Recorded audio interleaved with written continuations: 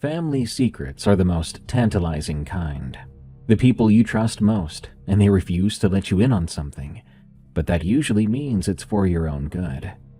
That is the case in today's story. An anonymous sender sent this story to me titled Longhead, and oddly enough it reminds me a great deal of my Doghead creepypasta, in a very good way. Maybe I inspired someone, but who knows. Anyway, in this story, a man recalls his time as a young boy after his dad left.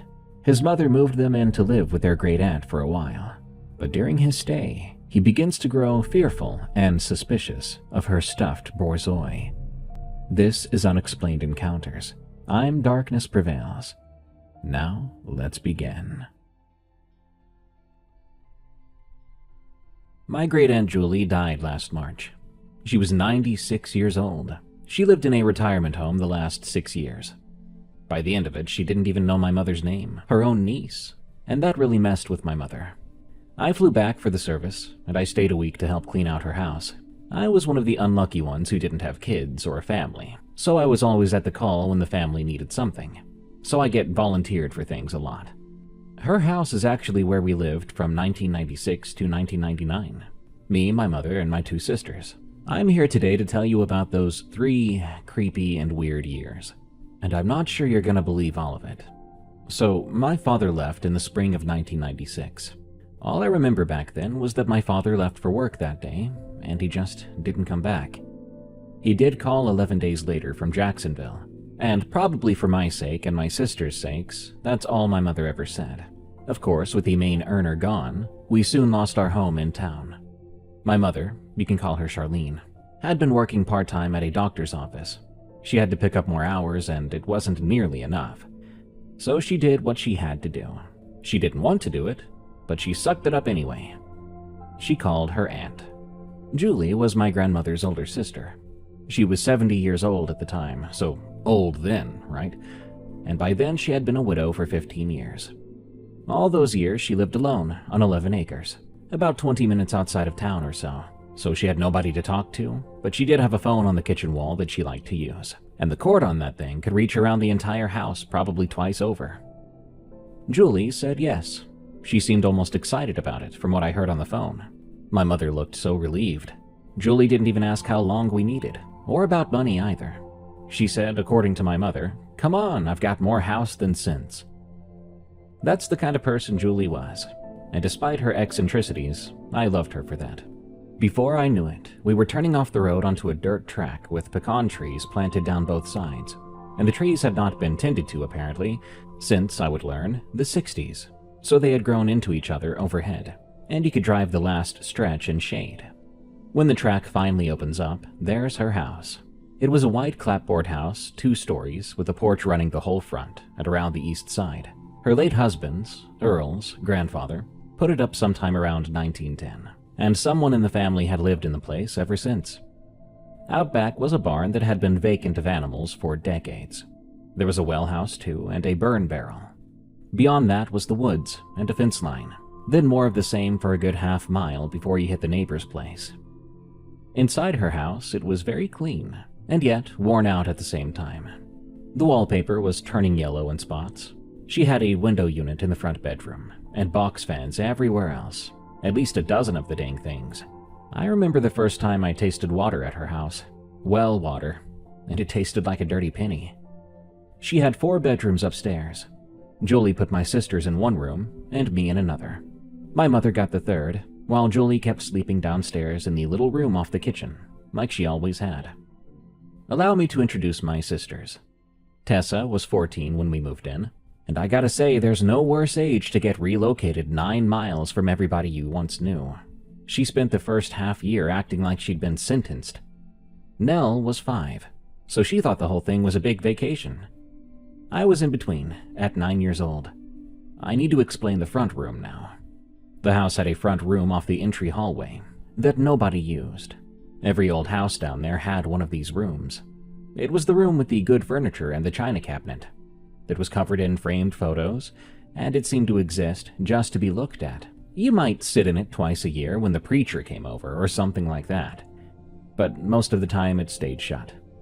Whenever I was in that room or near the doorway when the door was opened, it smelled of dust and cedar. I would soon discover that standing in that room on a low wooden base about 6 inches off the floor, in front of the window that looked out at the front yard, was Joyce. Joyce was the name of Aunt Julie's Borzoi. Borzoi are quite the breed. They're the tall Russian dogs, wolfhounds and sighthounds, big dogs that get to 70 or 80 pounds, but they're built really narrow. They look like someone stretched out a normal dog long ways. They have deep chests and waists you could almost put your hands around, but legs like a table. And the head is the craziest part. A Borzoi's head is long and narrow, and from the ears to the nose it's almost completely straight, with only a slight curve down at the end. The whole skull is basically one long shape. Julie got Joyce as a puppy in 1968, and she passed away in 1974, so Julie had her mounted. She talked about the real dog sometimes. She said that Joyce would run down a rabbit in an open field, then not even want it once she caught it. She said the dog would sleep on the porch in the sun, like she had been poured out onto the porch instead of laying on it. Earl was still alive then, and the two of them never had their own children. I've always kind of figured that dog occupied a spot in her life that was meant for a child. So I understood the impulse to have it mounted. Even though I would never do it myself, I sort of get it. People have their dogs taxidermied. It's not common, but not unheard of, and out where we were in 1974, you didn't have specialists. You would instead have some dude who did deer usually. So that's who she used. Apparently, it was the first guy she could find within 100 miles who could mount white-tailed deers for hunters. He had never in his life done a dog, though, and you could tell when you looked at Joyce. There was a lot of wrongness to the way Joyce looked. It was more like 100 small portions of the poor dog's skin were placed and stretched to where they should be. And every time I saw someone new see that dog for the first time, you could see it in their eyes and expression. That I nearly jumped startled look. The coat, though, was fine. It was really long and silky still, with white and tan patches over the shoulders, and one across the hip. From across the room in dim light, with the fur laying just right, it almost looked like a dog standing in a window. But take one step and you'd see that the whole shape was disturbing. I always told myself it looked so weird, because to me it looked like a deer man had built a deer body, then remembered, oh yeah, this is for a dog. Deer are thick where a Borzoi is thin. There was too much space in the chest, and not enough space in the flank, as if he had compensated. So poor old Joyce had this heavy front end and a back half that was almost caved in. The legs were also too straight. Dogs don't stand with all 4 legs like straight-up posts. They stand a little uneven. But that thing stood like a sawhorse. To my sister Tessa, the eyes were horrifying. They were glass and round eyes, but a Borzoi's eyes, any dog's eyes, are not perfectly round things. They're not perfect little marbles. They're at a slant and a little sunken. But these sat out too far, and they caught the light from the hallway, making it almost look like they were following you as you walked. And for my sister Nell, the mouth was the worst. The guy had sewed the lip up a hair short on the left side, so about a 1/4 inch of tooth showed, just enough that if you were 5 years old, you would think it was smiling at you. To me, I absolutely hated the seam. There was a seam all the way around the neck. It wasn't accidental, it was on purpose. A seam right down where the neck met the shoulders, going all the way around like a carved-in collar. The fur had been parted along it in a clean line, and if you got up close to it and looked real good, you could see the stitching in there. Heavy dark thread, more like the kind of stuff you'd find on a boot, rather than a body.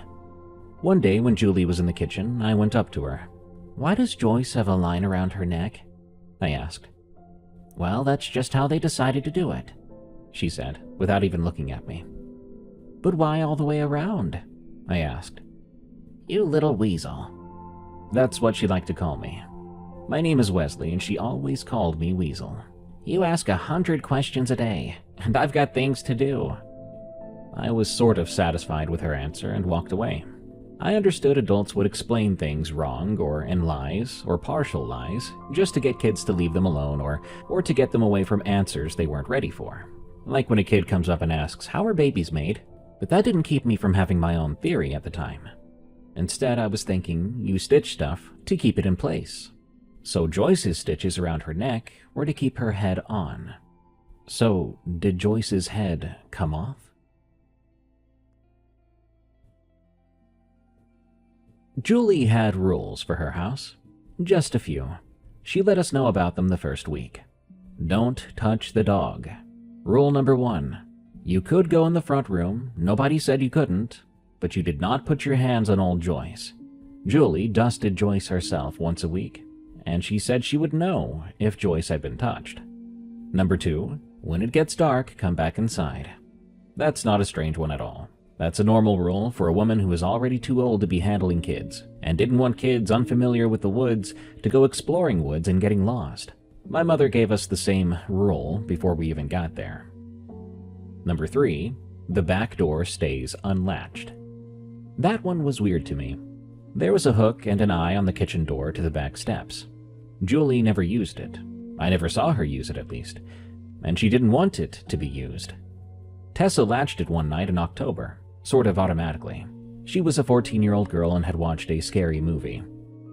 Later, Julie came by and unhooked it, and in the morning, without any heat at all, she said, "Hon, please don't latch that door, okay?" My mother asked, "Julie, what's with that door?" And Julie, her reply, if I remember correctly, was something like, if someone wants in a house, they get in a house, and a hook wasn't going to do anything but cost you a door. That sounded like paranoia or pessimism to me. Or maybe it's just something an old country woman would say. Then there was the last rule. If you hear walking at night, stay in bed. She explained she didn't sleep very good these days, so she would get up and move around. She didn't want 4 people coming out in the hallway concerned every time we heard her walking about. Made sense to me. Turns out, though, there was walking every single night. It wasn't most nights or some nights. Every night we lived in that house, I heard walking. It started somewhere between 1 and 2 in the morning, and it would go on for hours. It was a light and steady walk, like someone pacing when they're mid-thought. It went up the hall and it came back down the hall. Then it went up to the front of the house and came back. Then it would do that again and again. There was no getting a drink pause in it, no resting, no toilet break.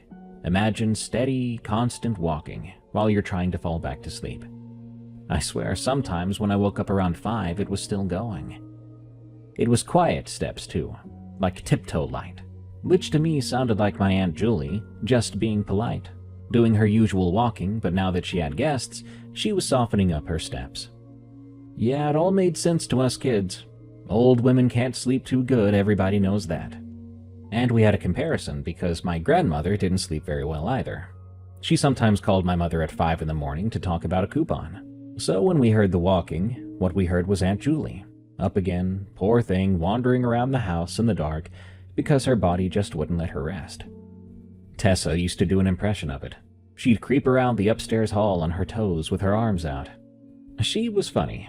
Nell would just about die laughing. I didn't really put 2 and 2 together until much later in my life. But Julie, being 70 years old, then 71 and 72 while we were there, she had a bad hip since day 1, and we would watch her use the rail on the stairs when she went up and down, taking them one at a time. And that did not properly match up to a walking sound each and every night that would go on unstopped for 4 or 5 hours, without a slowdown or hitch over those years, despite Aunt Julie getting older. No, Julie could not have made those steps, let alone do it for 20 minutes. Our time at Aunt Julie's was pretty good, though. We were broke, and my mother cried in the car sometimes. I know she thought we couldn't see her, but we could. But we were still doing better than good. That house had a porch you could sit on all evening, and a big yard with no neighbors in it. The pecans from the trees you could go pick up and crack with a brick. Julie even taught me to shell butter beans and shuck corn. Then she had me pushing the mower to mow the lawn. She taught Nell all sorts of card games, but never once let her win. My mother thought that was unfair, and Nell to this day says that is why she's so competitive. She and Tessa fought like cats for about a year, then somewhere along the line, they became something close to best friends. And by the end, Tessa was the one who'd sit up with her at the kitchen table. But Aunt Julie, she teased me constantly. That was her love language.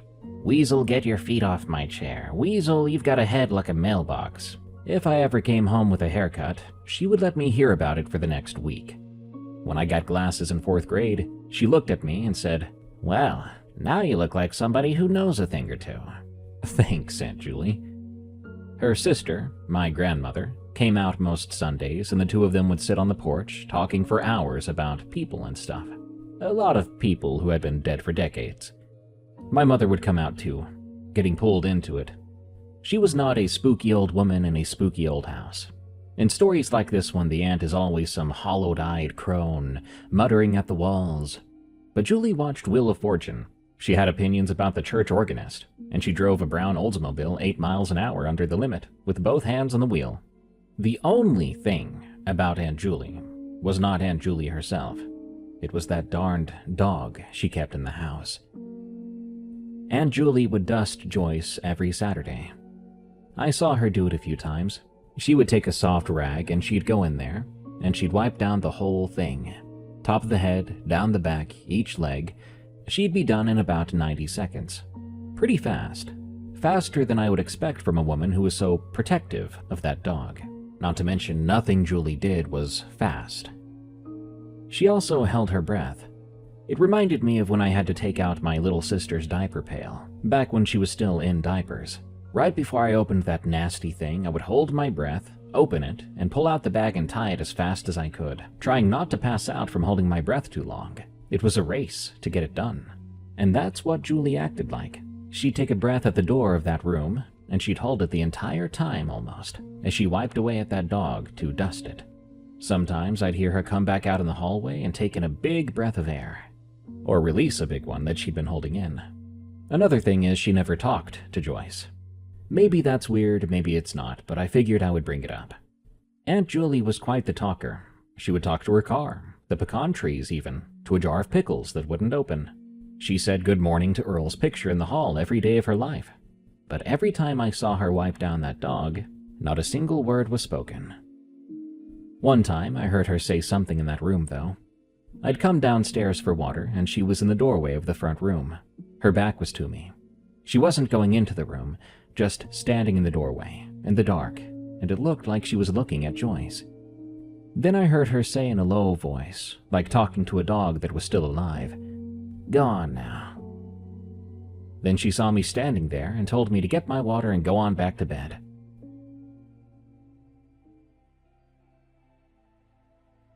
This kid named Dewey came to visit us in the summer one time.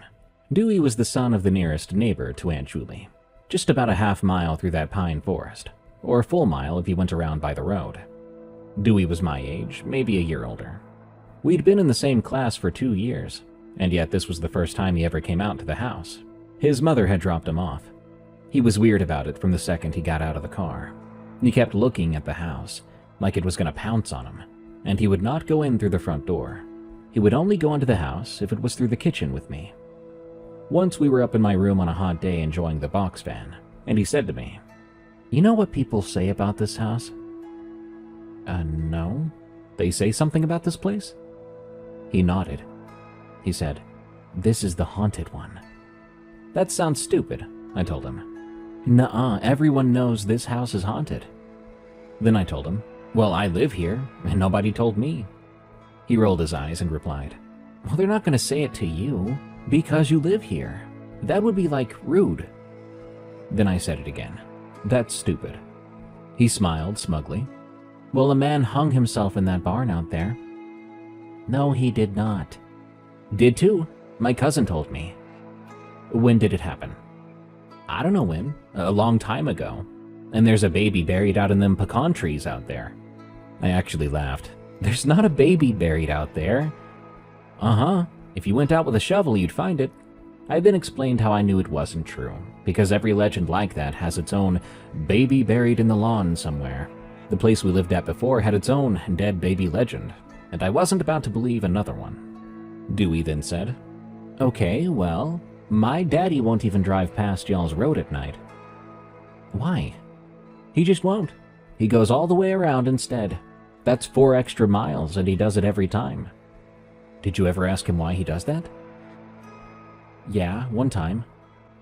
I waited. Well, what did he say? Oh, he said that's just the way we go. Dewey, that doesn't mean anything. I laid my head down in my arms, getting a little bit annoyed. Well, what about this? He said. I looked up at him with one eye.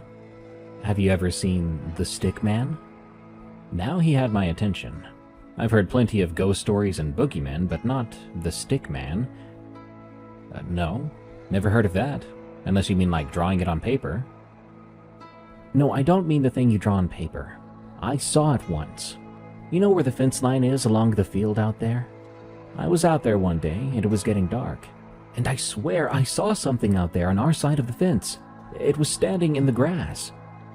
What it looked like? It was standing like a person, and it... So it was just a person. No, let me finish. It wasn't a person. But it looked like it was made out of sticks, like the legs were sticks. A whole bunch of them bunched up together. Like this. He put his fingers together in a bundle and squeezed them tight. And it was just walking. Oh, what did it do? Did it go anywhere? It walked across the field, and it went fast. And it walked like some guy on stilts. Well, how big was it? Taller than a grown man. I suddenly felt a heat in my chest and face, like an irritation. I realized now what I was feeling. My Aunt Julie's house had become our home, and now some neighbor kid had the gall to come over here and tell me that our place was the bad haunted place with a monster on it. You're crazy, I told him. It was probably just a deer. It wasn't a deer. Well, you said it was getting dark, and it was way out in the field. If you saw a big buck far away in some tall grass at night, it'll probably look like anything you want it to look like. My uncle says people sight Bigfoot every year, and it's always just a deer standing funny. That was a lie, actually. I did not have an uncle who said that.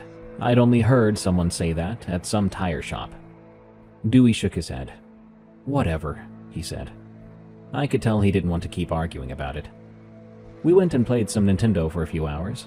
Then his mother came and picked him up. Dewey never came back to that house again as long as I knew him. But I never asked him to come out either. But I remembered what he said for all time. He said it was tall as a man, maybe taller. Maybe it was a dude on stilts. Maybe he had mistaken a tree for something more alive. But I didn't let Dewey's story scare me, even though I probably should have. After my encounter with Dewey and his story, I became more perceptive and cautious about Aunt Julie's place. To be honest, his story did creep me out a little bit, and I was a bit on edge for a few days after. During that time, I did notice some things. Even though Aunt Julie dusted down Joyce every Saturday, the front room itself was only swept about once a month, if that. But one time when I went in there, I noticed a little bit of stuff at the base of where Joyce stood. A little sand and grit, red clay, dried into flakes, and the day after that I found pine straw, just a little bit, like 3 or 4 brown needles, just on the floor there, but they weren't anywhere else. Now, how could that be? A room that almost everybody avoided or didn't go in that much, how could it have been tracked in here, but only in one spot by the base of the thing we weren't allowed to touch? Very weird, I thought. Now remember I said that room always smelled like dust and cedar.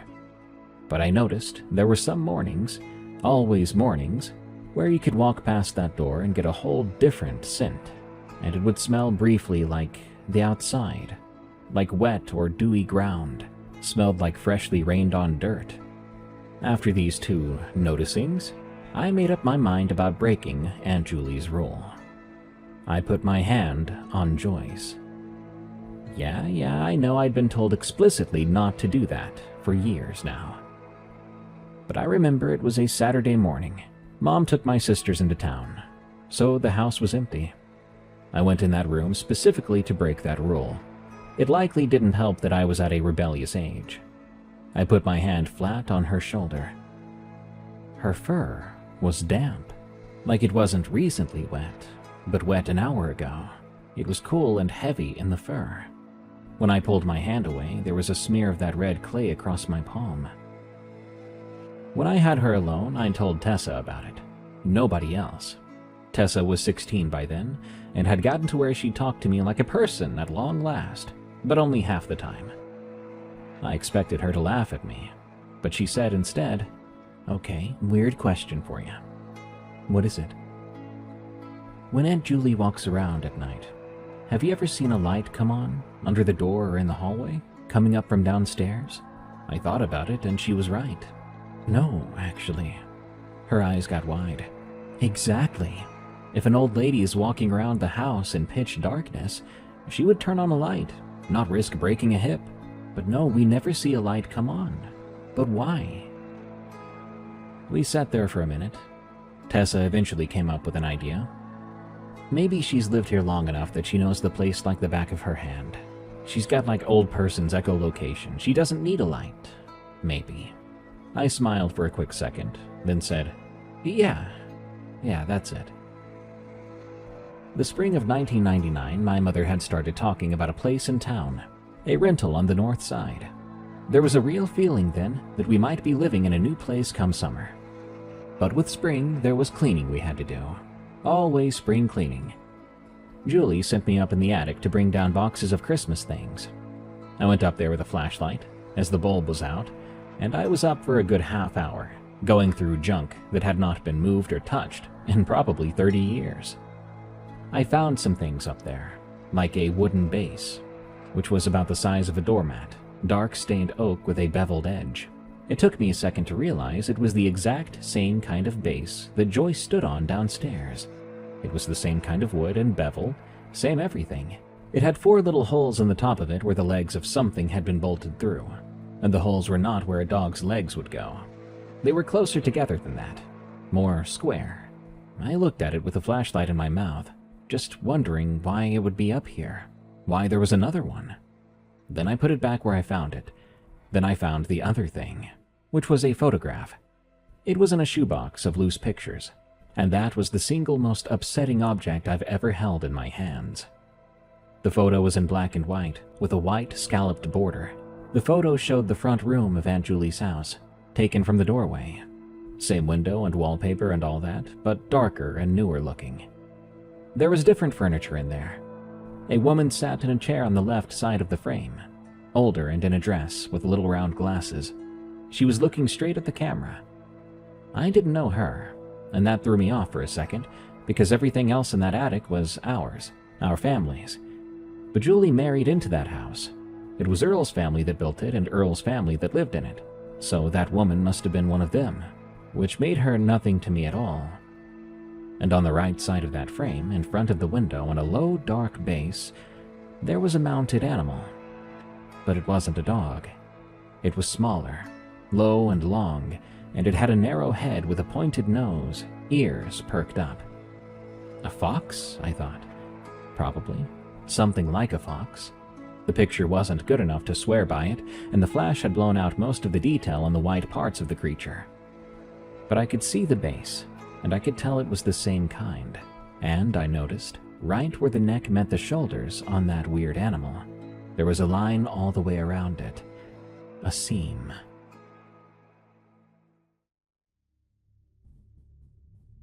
Quietly, I put the shoebox back, and I brought down the Christmas boxes, and I remember Julie making me a sandwich. 2 weeks after that, I saw it. The window in my room faced the front of the house and looked down over the yard and the pecan track. It was too hot, and the box fan wasn't doing anything, so I had the window all the way up. That night, or very early in the morning, I woke up around 2, sweating and annoyed that I was awake.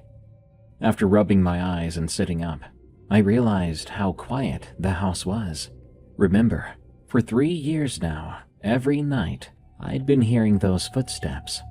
Other kids might fall asleep to a highway, but I fell asleep to that. I lay there in the dark, genuinely now bothered by this quietness. It would be like the ticking of a clock just stopping in a silent class. I got out of bed, and I went to the window for some air. As I did, I looked out to the yard. There was something down there. Whatever it was out past the big pecan, about 60 feet from the house. It was standing still in the grass. There was a decent moon that night. Not full, but enough that I could see, and it gave the yard a pale blue shimmer. Whatever it was, it appeared to be about 6 feet tall. And it was thin, incredibly thin. The legs were not legs. They appeared more like bundles, tight groupings of long thin pieces, held together somehow, 4 or 5 to a limb. And where they came together at the top, there was a body that was hardly a body at all. Just more of the same bundled things together. On top of it, there was a head. A long head. Even at 60 feet, in that pale light, even with me not wearing my glasses at the moment, it was long and narrow, running straight from the ears to the nose, and I knew what it was I was looking at. Joyce's head. And its head turned on that stack of sticks' body, as smooth as a person turning around to look at a sound they'd heard. And it looked up at the house. I don't think it was looking at me, but at the house in general. I then watched it walk. Dewey had been right about that part. It went off toward the side yard, and it did not walk like an animal or a man. It walked like a man on stilts, who had gotten beyond good at it. Every step went too far, and it never wobbled a single time. And as it walked, it never made a single sound. It crossed 15 yards of dry grass in June in Georgia, and there wasn't so much as a rustle. Nothing at all. I stood at the window until it went around the corner of the house where I could no longer see it. About a minute later, I heard the walking start up downstairs. Goosebumps covered my entire body in the matter of 3 seconds. I'm not sure how long I stood there at the window, but eventually I got back in bed, treading more quietly than I ever had before. I laid on my side facing the door with my eyes open until light. I didn't do anything about it for 7 weeks. I've heard people say they don't understand how a person can know a thing or see a thing like that and just go on eating cereal and bacon for breakfast. But now that I had gone through it, I understood it just fine. You have to be normal, and the more normal you can go through, the more you can stack up and tell yourself that what you saw wasn't real, or at least you can forget it. School let out. We swam at Dewey's Pond, which is funny to me now. My mother got approved for the rental, and we were set to move come August. Nell turned 8, and we had a cake on the porch, and Jolie made her this cool paper crown. But then that thought would come, that image of what I saw that night, around 2 in the afternoon, or randomly in the morning, or flooding me underneath my closed eyes in the middle of the night, keeping me awake. And I'd lie there listening to something walking up the hall and back down, something that I was now so very sure was not my Aunt Julie. I started checking the front room. Not every day, but I'd stop in the doorway on my way through, and I would look at Joyce standing there in the window, light coming in on her disgusting neck. I'd look at that seam, then I'd go about my business. Then I got, well, the best word for this is, insulted. I was 12 years old, and I was mad. Mad that something was walking around the house every single night, and mad that Dewey's dad went 4 miles out of his way to avoid our land. And upset that my aunt let something have the run of the place, let something make the rules about it, and wouldn't say what they were for. I was mad that I was leaving in a month, and nobody was ever going to say one true word to me about any of this crap. I wanted to see it, in the light, up close with the door shut behind me. I wanted to hold the proof of it in my 2 hands and know it wasn't a nightmare. That's all it was, and it was never a good reason to do what I did. This happened the last week of July. I woke up around 1:30 a.m. I lay there awake for a while, listening for sounds around the house. I had made a habit of listening for where that thing had gotten off to inside. It was down at the far end now, way off. You could hear it going along the back hall by that little room off the kitchen where Julie slept. I got up, making sure not to make much noise. I didn't have a plan. A goal, but not a plan. I got out of bed in a t-shirt and gym shorts, no shoes, and I walked slowly down the stairs in the dark on the outsides of my feet to keep quiet. Every single step I took, I was telling myself in my head, just look, just take a peek. I found the front room door open. At night, unless Julie was standing in the doorway to that room, she never left the door open. After dark, it sat shut always. I stood in that hall for a while looking at a dark rectangle where that door should have been closed. I could smell the outside, that wet ground smell I told you about. I went in, and I turned on the light to the front room. Joyce was on her base, all four legs same as usual. But there was nothing on top of her neck. Just the ring, a clean dark circle where her head was supposed to be, about 3 inches across, with the stitching pulled open all the way around and the ends of the thread hanging loose. Inside it was hollow, dark, and dry, with nothing in it, an empty wooden chamber. I stared for a moment, my hand still on the light switch, and then I did the stupidest thing I have ever done in my life. I picked up Joyce's body, and I took her with me. I put both arms around that body and picked it up off the base. It was light. I should have known it would be when I learned it was hollow.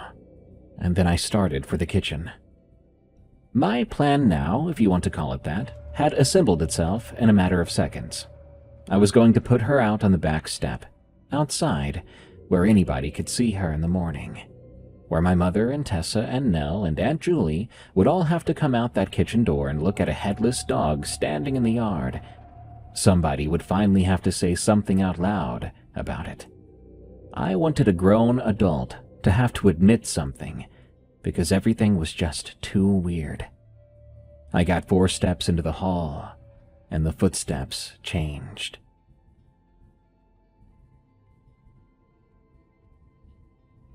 The walking, which had been way off down the back hall, going along at its same steady pace it had gone for 3 years, was now going at a different speed. It wasn't loud, it never was.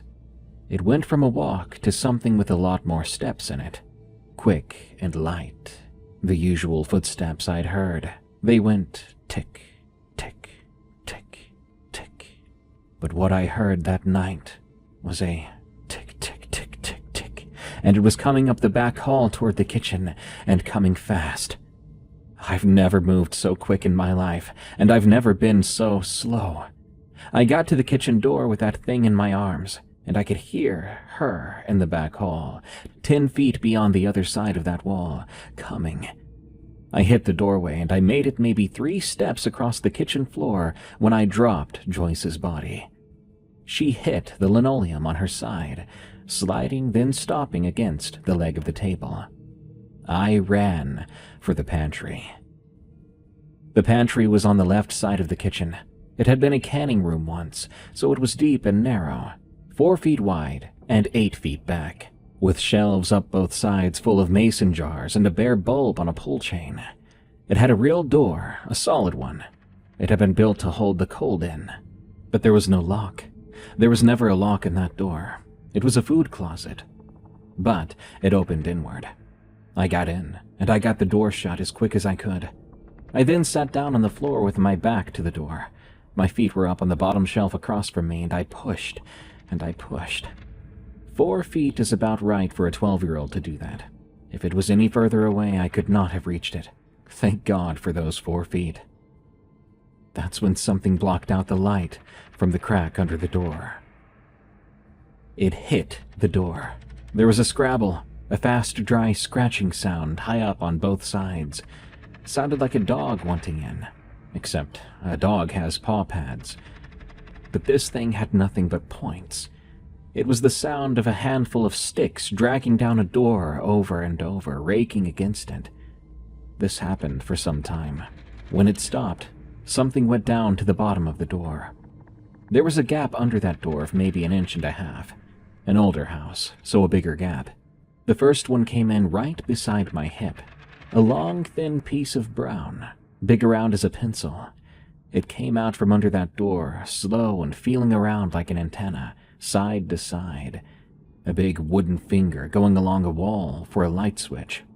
It swept across the floor, touching the side of my leg through my shorts, and I wanted to scream when I felt it. I didn't move. I just kept pushing. I could not get away from it.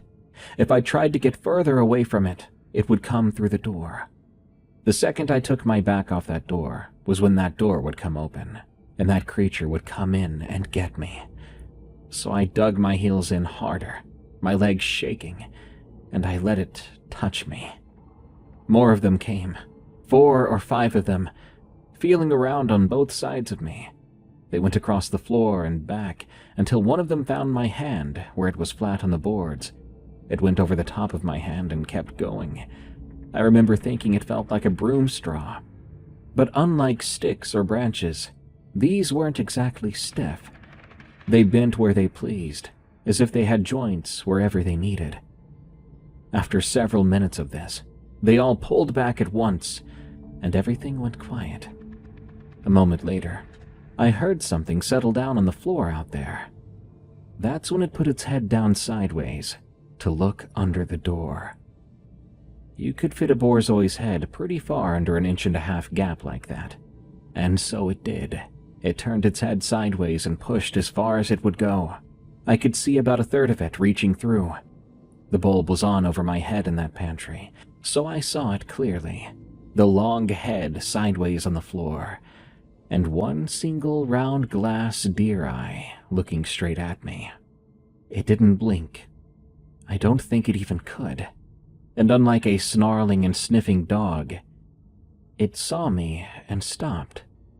It just sat there on its side, only about 2 feet from my own face, and it stared at me. This part I can't tell you for sure how long it lasted. Could have been 10 minutes. The scratching and the reaching and the eye thing. It happened so fast. The head pulled away so suddenly that I got startled, and something got up off the floor. Footsteps went out of the kitchen. Tick, tick, tick. And after a moment, I heard the back door smack the frame. Somebody had walked out. The house then went quiet. I did not take my back off that door. My legs were cramping up something fierce, but I kept them exactly where they were. At some point I had to let just one rest, so I did that, and when the other began to give out, I'd switch them. I stayed back to that door until I saw light coming through the crack, and that last hour I was in there, I cried. It started as scared crying and turned into confused crying, and eventually that was just crying that loops in on itself, like a little kid does. They cry and eventually they just keep crying because of the momentum of it. And I'm not ashamed to say that I soiled myself. I never once thought about opening that door, though, no matter how desperately I wanted to run for my mom. Not one time. 20 feet of hallway and a staircase, it never entered my head as an option, because what was in my head was the idea that it was out there, waiting for me to walk out that door, waiting for me to let my guard down. The bulb remained on the whole night. There were a few moments I was terrified at the idea that it might go out, but it didn't. I didn't pull the chain. I'd have sat there with that light on until I died before I made that room go dark. At some point after it got full light out, Jolie tried the pantry door. It moved about 1 inch and stopped against my back. I felt it and nearly screamed, thinking it was something else. I didn't move, and I kept pushing. She tried again, then said, "Wesley?" She didn't call me Weasel. I swear the whole 3 years we were in that house, I don't think that woman called me Wesley again one time. I got off the floor, and I got out of the way. The door came open. Julie was dressed with her hair done and shoes on, at 6 a.m. for some reason. She looked at me, and I probably looked a mess. I recall barely being able to stand. My legs were trembling so badly. I expected her to gasp or something, but she didn't. She didn't even look surprised. She looked me over for about 2 seconds, then at the floor at the bottom of the door.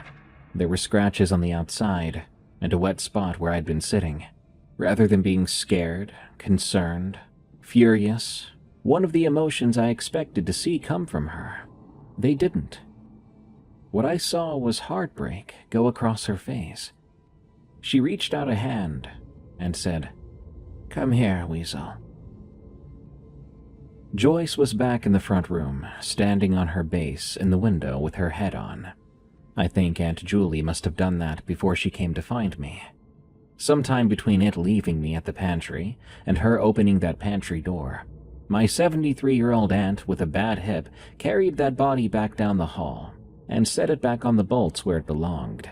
Now, the process of her getting the head back where it goes, I couldn't begin to tell you how that went. I sat at the kitchen table. She gave me a glass of milk, but my stomach hurt too much to drink. "What did you do?" she asked. I touched her. It was a while back. I put my hand on her, and I found out she was wet." I waited for a moment to see if she would say something, but she didn't. "And Aunt Julie, I saw it. Out the window one night. It was out by the big pecan. It was standing there, and it went off around the side of the house. I didn't tell nobody. I didn't tell Mama. I swear I didn't tell anyone." "All right, settle down." "And there's a picture in the attic." That one made one of her eyebrows raise up. "In the shoebox. It showed this room, the front room. And there's a lady sitting in the chair, and there's something standing on a base just like Joyce, but it's not Joyce. It's different. A littler one, with a pointy nose. But it's got the same line around its neck." "That was a fox," she said. I sat there and went quiet. Then I confessed. I was going to put her out in the yard," I said. "When she got up to walk, I went to get her to put her in the yard." "Where she couldn't get back to herself?" "Yes, ma'am." I started to say sorry, but she put her hand up. "I'm not fussing at you. You didn't know about any of this. This is on me. I ought to have told you, but I didn't. I never in my life figured out how to say it to somebody without sounding like I needed to be thrown in a home." "So, what is it?" "I don't know." "Aunt Julie." "Weasel, I've been in this house 51 years and I do not know. Don't sit there and look at me like I'm keeping it from you." "Well, where'd it come from?" "It was here when we got married." She cleared her throat. "Earl's mother kept it. His grandmother before her. I never asked past that, and I didn't want to know past that. If you're fixing to ask me why, it's because there's no end to that road." "So, Uncle Earl knew about it?" She nodded. "And he still lived here?" "Well, he was born here," she said. "What does it want?" "Not much. It wants let out, to be left alone, and it wants kept nice. You gotta keep her dusted, and you leave that back door off the hook so it can go outside. But you never put your hands on her. Treat her right, and she'll walk her rounds, and she won't bother a soul." "That's it?" "That's it, 4 years at a time." I didn't like the sound of that. "What do you mean? What about the rest of the time?" "It'll take what it needs when it needs it, and you don't get any say. All you get a say in is whether you're decent about it after." "Aunt Julie, I don't know what that means." "No, you don't, and you don't need to." She got up. "It means Joyce was 6 years old and healthy in 1974. Then she took the milk I hadn't touched and poured it in the sink. She said we needed to get the mower out and get the yard mowed before it got too hot. That is every word my great Aunt Julie ever said to me about it, and now I'm telling it to you. She never brought it up again for as long as I knew her, and I never dared to ask her another thing. We moved to that rental house, just as planned. Life went back to normal as life without a dad could be. My mom went to her grave just 2 years ago, and I never did tell her. This next part might be funny. You might think I was scared of my Aunt Julie's place, or even of her after what happened to me. But no, we met up at her place several times a year for Christmases, Thanksgiving, and all that. It was fun and wholesome as it should be, and she was always her old self. The only change would be that I never, ever dared set foot in that front room. But Aunt Julie started to slip around 2012. She forgot names first, then the rest of it. By 2019, we couldn't keep her out there, so she went to a home over in town. My mother sold the house that fall to a family from out of state who were tickled to death to get 11 acres at that price. Julie had a bad time at dusk. That's common, they told us. Around 4 or 5 in the afternoon, she would get agitated and want to go home, no idea where she was, and that kept happening every day until she couldn't talk anymore.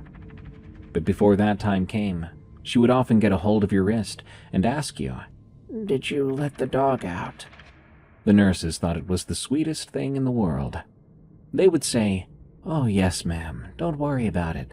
The dog's been let out." And she would settle right down. One of them mentioned to my mother that she pictured Julie as a young woman with a big, beautiful dog running in a field. My mother said thank you, and that was right. But all I could do was just stare at the floor. There was one time she grabbed my wrists, and when she did, she didn't even look at me. She looked at the window nearby, and what she said was, "Longhead's out. Somebody's got to let Longhead back in." After Aunt Julie passed, at some point I asked my mother, what happened to Joyce? Mom said it went with the house. The buyers had even asked about it, actually. Thought it was some period piece. Asked if it conveyed. So they got it. It's still standing in that window now. It's been decades as of writing this. I drove out there not too long ago, just to take a look and pass by. I slowed at the end of the track, and I looked. The pecan trees had been cut back, and there was a swing set in the yard. There was also a dog in the yard, some kind of German Shepherd mix. It was big and young, running along the fence, chasing something. Then I pulled away, and I drove home. I'm a big fan of this story. There's something so cozy yet disturbing about it at the same time. If I was the type to listen to my own stuff, this would be one of the stories I come back to on a rainy day. Let me ask you all this. Would you like your own Longhead? Which breed would you prefer? And would you make sure to take care of it? Good night. Thank you all so much for tuning in to this episode of Unexplained Encounters. I've been your host, Darkness Prevails. Follow me on X at Dark Prevails for announcements and other cool stuff. Send me your own stories of the unexplained over at darkstories.org. Support the show and what I do by going to erie.fm/premium and sign up to be a premium member to unlock audiobooks, bonus stories, and much more, plus no ads on any of your favorite EerieCast shows. Till next time, everyone, stay safe out there and stay creepy, because this world is a strange one. Look, I hate that I have to be a beggar, but YouTube is currently demonetizing everyone these days, and it's only a matter of time before it happens to me again, but permanently. To Darkness Prevails, to this channel. That's why I'm here to ask for your help.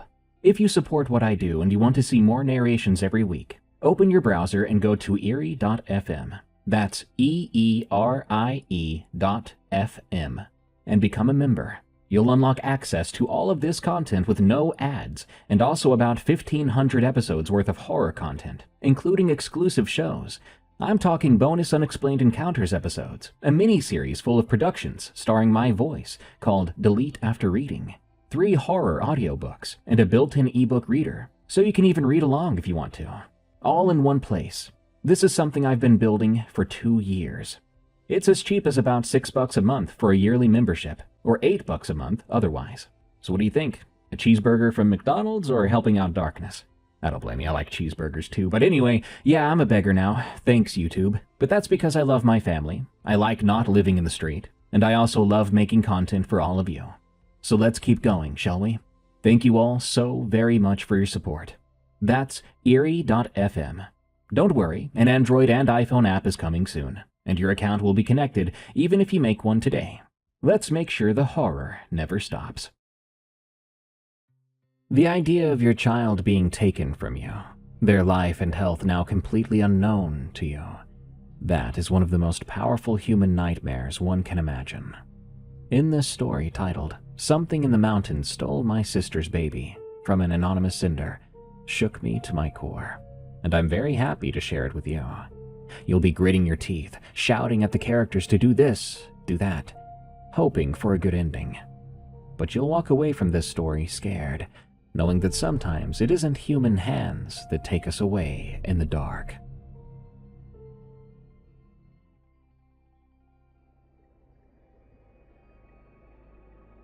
My sister vanished for less than 2 minutes on a mountain road.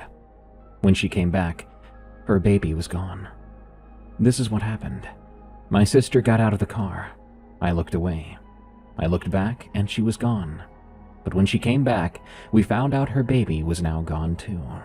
If you ask the sheriff's office in that county, they would tell you there was never any evidence of an abduction. They would tell you my nephew was missing for 47 minutes, and that we were both just panicked. Weather and darkness made us unreliable witnesses, they said. That we likely misremembered part of the sequence because of stress. I don't blame them for thinking that. I would think that too if somebody else told me this story. Thankfully, my nephew is 4 now. He's healthy and loud. He loves blueberries, monster trucks, and playing the exact same song until everyone in the room wants to die. He's real. He came back real. But there's something else that is real too. Something I do not have a name for, except the one my sister used later, when she was finally being honest with me. Borrower. I'm ready to tell my story. My name is Erin. My sister was 29 then, and I was 33. Her son, Theo, was 10 months old and had just figured out that peekaboo was his favorite game. We weren't on some doomed trip or going somewhere dramatic. We were actually doing our normal thing. Kate, my sister, had been having a rough first year with Theo. She wasn't a bad mother by any means. She was a good one, in fact. An exhausting, hypervigilant, underslept, deeply loving mom. Theo had colic for months, though, and then ear infections, then a sleep regression that nearly flattened her. Her husband, Dan, had started a new job with long hours and was gone a bit too often. Poor Kate had been living on cold coffee and adrenaline, basically.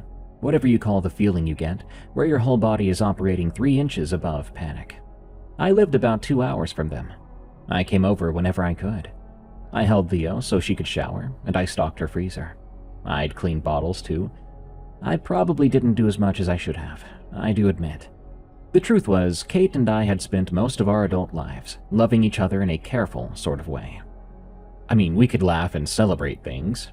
We would even help each other if something practical needed doing. But there was one hard old thing between us that never fully scarred over, and everything else in our relationship had learned to grow around it. When Kate was 9 and I was 13, she went missing for half a day in the North Carolina mountains during a family camping trip. People said she had gotten turned around near the creek. That was the official family story. But the truth was, we had gotten into a fight over something stupid, and I mean so small and stupid I can't even remember what it was. My best guess was this bracelet, if I remember right. But anyway, I do remember that I was a mean and passive-aggressive 13-year-old girl. I had told her to stop following me everywhere I went. I remember her face when I said it, and unfortunately I felt satisfied that I'd upset her. I left her crying near the trail spur that led down to the creek. When she did not come back, nobody knew at first that she had gone toward the water, because I'd lied about it. I said I thought she had gone back to camp. By the time I admitted I'd seen her near the trail, we had already lost too much time.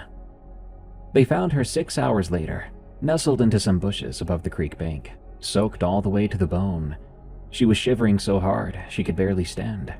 She wouldn't speak that night. She barely spoke the next day, too. She had scratches on the back of her legs and mud all over the front of her shirt. It looked like she had been crawling on her stomach. She had one shoe on, too. She said almost nothing about what happened, except one sentence she told her mother 3 days later, when she thought I was asleep in the motel room. "Mom, I heard you calling me out there, but not where you actually came from." That statement lodged itself into my mind forever.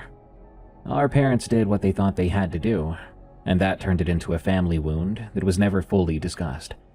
I was watched more closely. Kate was treated more gently. Nobody said, "Aaron, you lied and your sister nearly died." Nobody said, "Kate, tell us exactly what happened." By the time we were adults, the creek incident had become a stale object in the room. Everybody knew where it was, but nobody touched it. So when Kate asked if I wanted to do a weekend cabin trip with her and Theo because Dan had to work and she was desperate to be someplace that was not her own house, I said yes, and it actually sounded fun. Of course, part of that was for her, and the rest was for Theo. I adore that kid. I was thinking I could show off my more helpful side, more than usual, that might clear the wound, so to speak. The cabin was outside Blowing Rock, up in the mountains but not deep off-grid remote. 2 nights, and it would be cheap, because it was shoulder season, and it would be raining all weekend. We packed too much. Diapers, wipes, bottles, backup bottles, purees, extra pajamas, 3 different kinds of pacifier, the portable sound machine, a travel crib, and Kate's breast pump, even though she almost never used it anymore. We left a little late. You see, Theo had a meltdown right when we were trying to load the car. Then he fell asleep the second the tires started moving. By the time we got into the mountains, evening had folded in. We had one of those warmish spring rains that looked worse in the headlights than it actually felt. Not a downpour at all. Just steady rain that silvered the road, making all the branches around us look black. Traffic was light too. I was driving because Kate was too tired. Plus, she could tend to Theo without worry. We had the music on, but very low. Theo was sleeping in the back in his rear-facing seat, cheeks round and flushed from a late nap, his little dinosaur print sleeper zipped to the chin. He had one hand curled around the ear of his stuffed rabbit. Every now and then, Kate would turn and use the tiny mirror clipped to the headrest to look at him. She would do that thing new mothers do where they checked a baby who was actively sleeping, just to confirm he even still existed. She caught me smiling at her once and rolled her eyes. "Oh, don't start," she said. I didn't say anything. "You had a face." It was a fond face. It was an annoying face. We were good for most of that drive. Not magically healed, of course. We weren't about to be movie version sisters overnight. But it was an easy drive. We made jokes, argued mildly about whether we should stop for fast food or just make grilled cheeses when we got there. Kate explained that Theo had recently discovered he could fake sneeze for attention, and was overdoing it.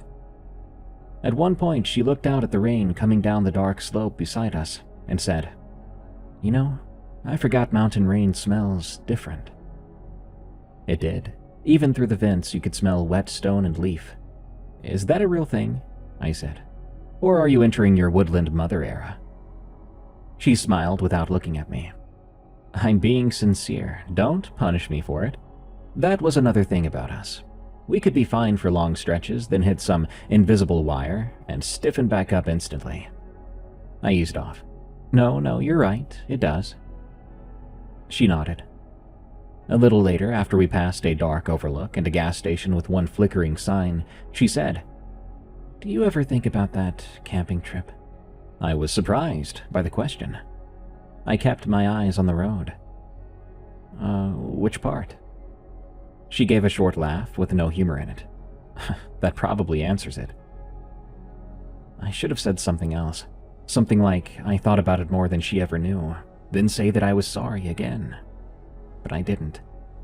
Instead, I did what I often did when the subject came up. I focused on the funny or joyful parts. I think about how Mom kept using that Coleman stove even after it nearly took off her eyebrows. Kate snorted despite herself. That did happen. And Dad insisting he knew where every trail led. He never knew where any trail led. I thought maybe I'd steered us out of it, but then she said quietly, "I thought about it when Theo was born." I glanced at her. Her face was turned toward the window. Rain moved in warped lines over the glass and across her reflection. "You do?" I said. She nodded. "I think becoming somebody's mother changes the scale of things. Not necessarily in a better way, just makes it different." There was too much in that sentence for me, and guilt began to rise up again.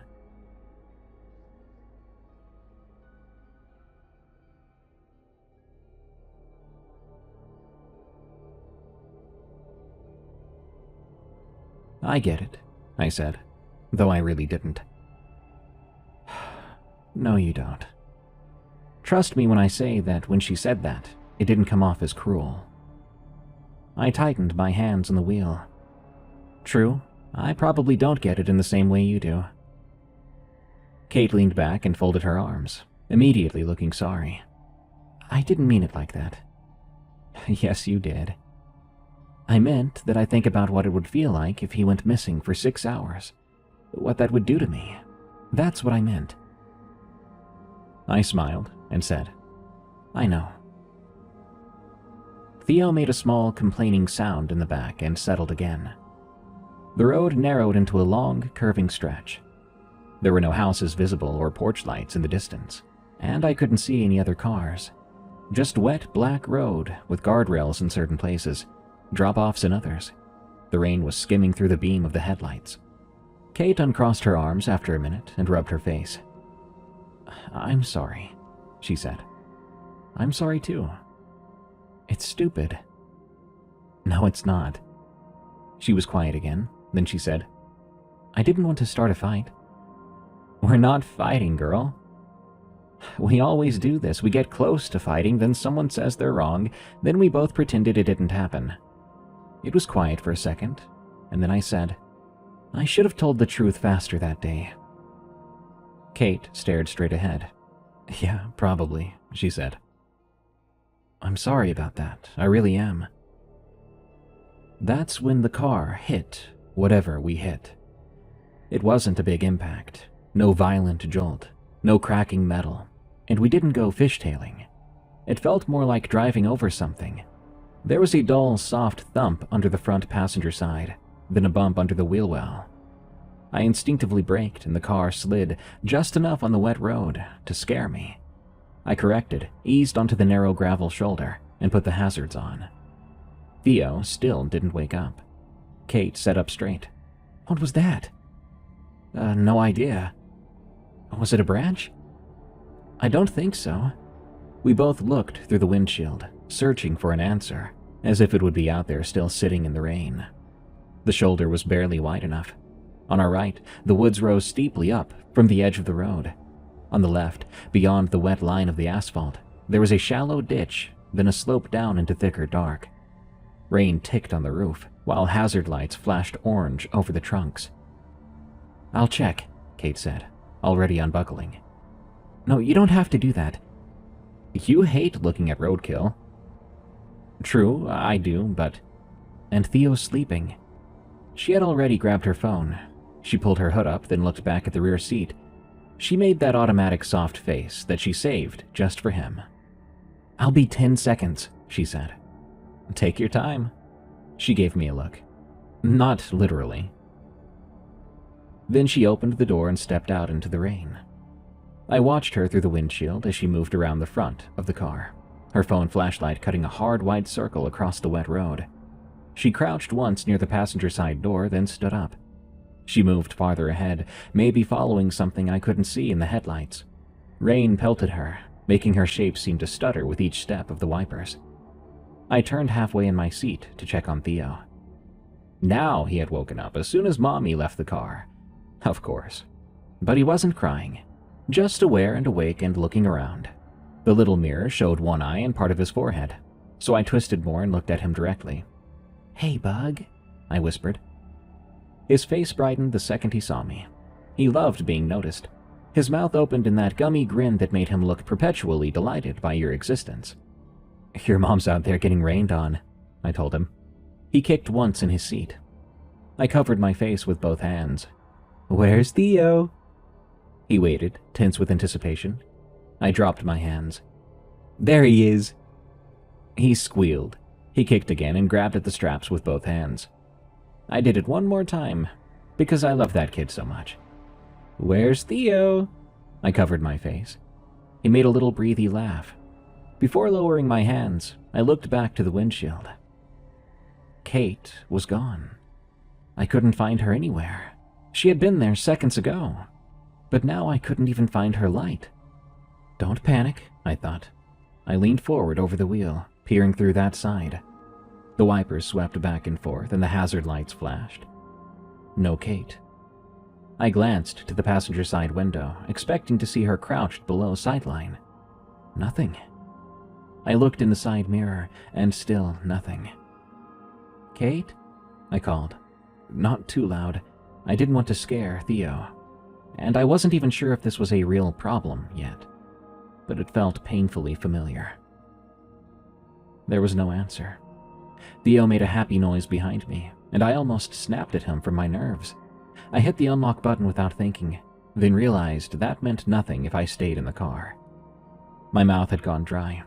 I checked the dashboard clock. I remember it saying 8:43. I called again, louder this time. Kate! No answer. Obviously, it probably didn't help that the windows were rolled up and the doors were closed. I rolled my eyes at myself, then rolled down the nearest window. Cold rain blew in instantly. Kate! My voice hit the trees, then died. There was still no reply, no sign of her phone light. I listened as closely as I could. Maybe the rain drowned it out, but it wasn't coming down that hard. However, I could not hear even the sound of her movement. I remember looking ahead through the windshield again, seeing my own face reflected pale over the trees. Theo laughed from the back seat. I could have cried just hearing it. I hit the horn once, a short, panicked blast. Then again longer when there was no response. And still nothing. I probably should have called 911 right then, but I knew we'd been losing service on and off for the last 20 minutes, and the thought didn't even come to me before something stranger did. I felt, suddenly and intensely, that I needed to get to higher ground. Not as in leaving the car or walking away, but to just stand up, to look over the hood, over the roofline, and I can't even explain why. To this day, I don't know why that feeling came over me, and this isn't me being dramatic. It was just all at once, involuntary. So I unbuckled. Theo made another little sound. He wasn't upset yet, thankfully. Shh, it's okay, I muttered. I opened my door and put one foot down on the wet gravel shoulder. Rain hit my bare forearm. The air smelled like mud and hot engine. I stood with one hand still on the doorframe, leaning up over the roof, stretching to see both up the road and down into the dark on the other side. Kate! I called out, but it was useless. I didn't take a second step out. I was not about to leave my favorite little boy in the car alone, or even get too far from him. At the time, I figured I just needed some air. Standing up and staying in the open door seemed fine. I scanned the trees, breathing a little too fast. The woods on our side of the road were thick, with mountain laurel and young pine trees. Rain had turned every branch so slick. Water moved in the ditch beside the road with a soft running sound, like a suddenly sprouted creek. It almost sounded like whispering. Then, from the passenger side, a little ahead of the hood, Kate stepped out of the woods.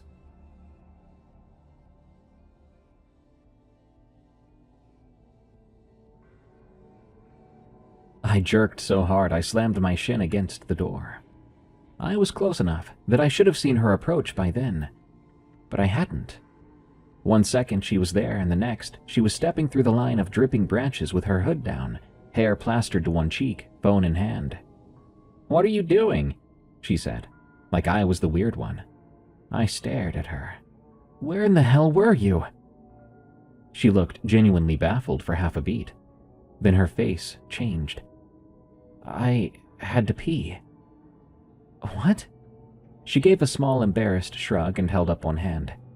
I got out, and then once I was already out here, I realized I really had to pee. I didn't want to say it because you would have made fun of me. I almost laughed from the sheer wrongness of it. Are you kidding me? Shh, don't wake him, she hissed reflexively, glancing toward the back seat. I've been yelling for you. Well, the rain is loud. And I laid on the horn. She frowned. Well, I didn't hear it. I looked at her phone. The flashlight was off. Why is your light off? It was reflecting in my eyes. That made no sense, at least not to me. And judging by the look on her face, she didn't think it made sense either. You vanished, I said. I did not vanish. Well, you were there and then you weren't. She looked past me into the car, then every trace of irritation left her face. Aaron, she said. I turned. At first, I didn't understand what I was seeing, because my brain supplied the missing shape automatically. Rear-facing seat, gray straps, blue blanket, stuffed rabbit. But then everything that was wrong faded back in. The straps hung open. The blanket was half down. The rabbit was on the floorboard, and Theo was gone. I remember making a sound I'd never made before. A pathetic and terrified little whimper. Kate lunged past me so hard, she nearly knocked me off my balance.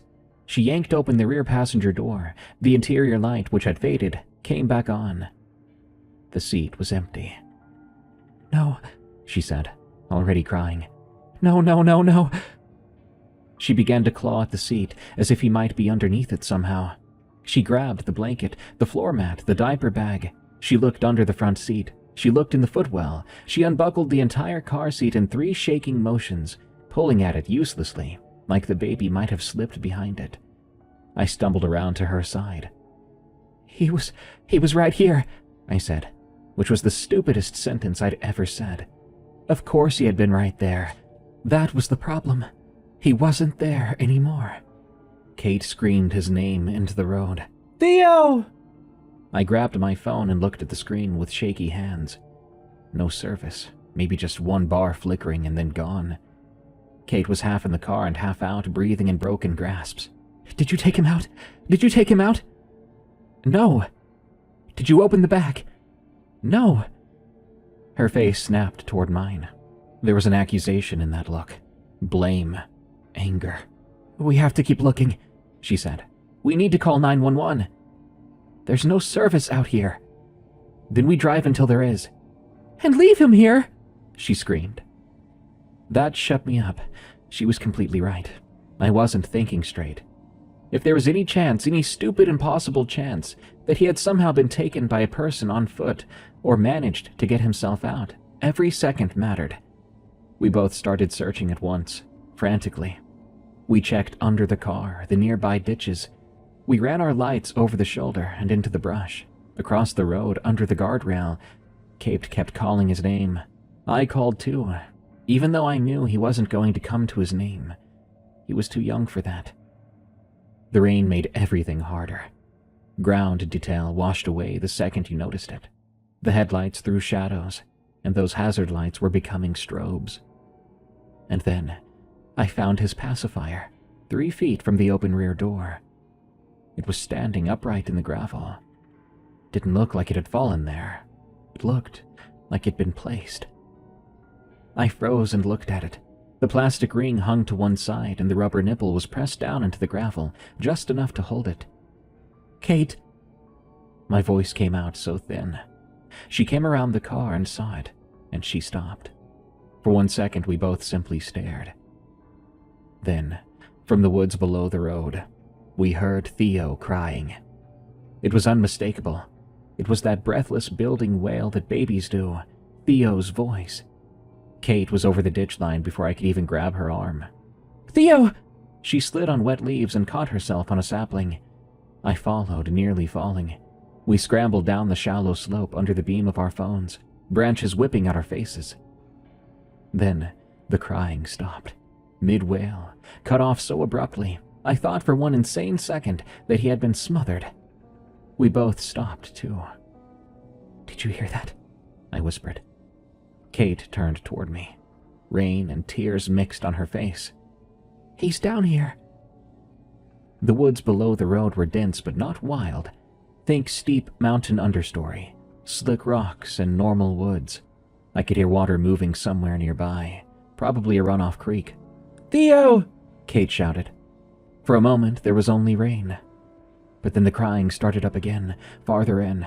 Not much farther either, maybe 30 yards.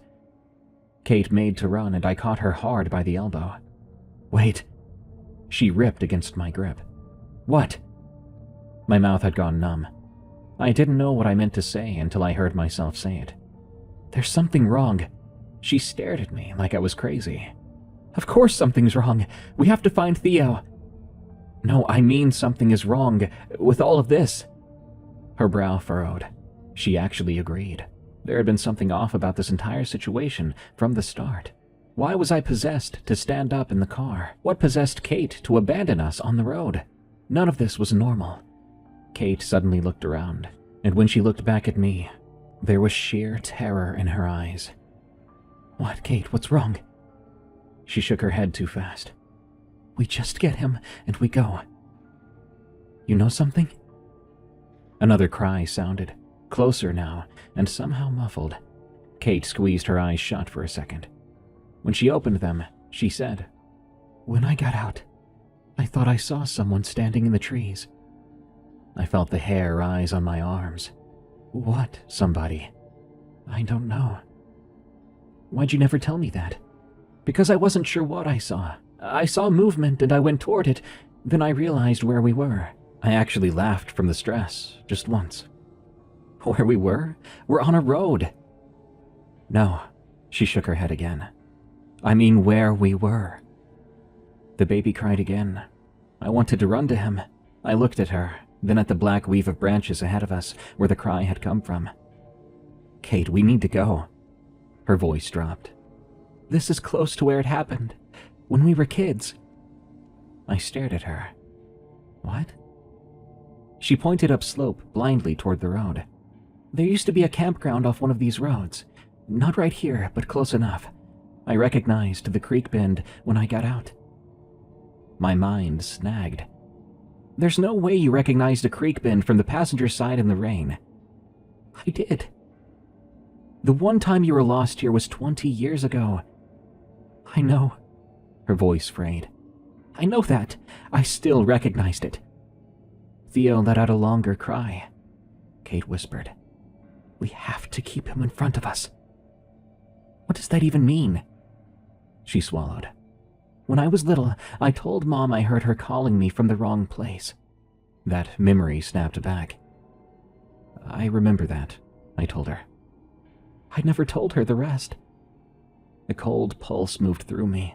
It had nothing to do with the rain. "The rest of what?" She looked into the woods and answered without looking at me. "It wasn't her I heard first." The crying started again to our left now.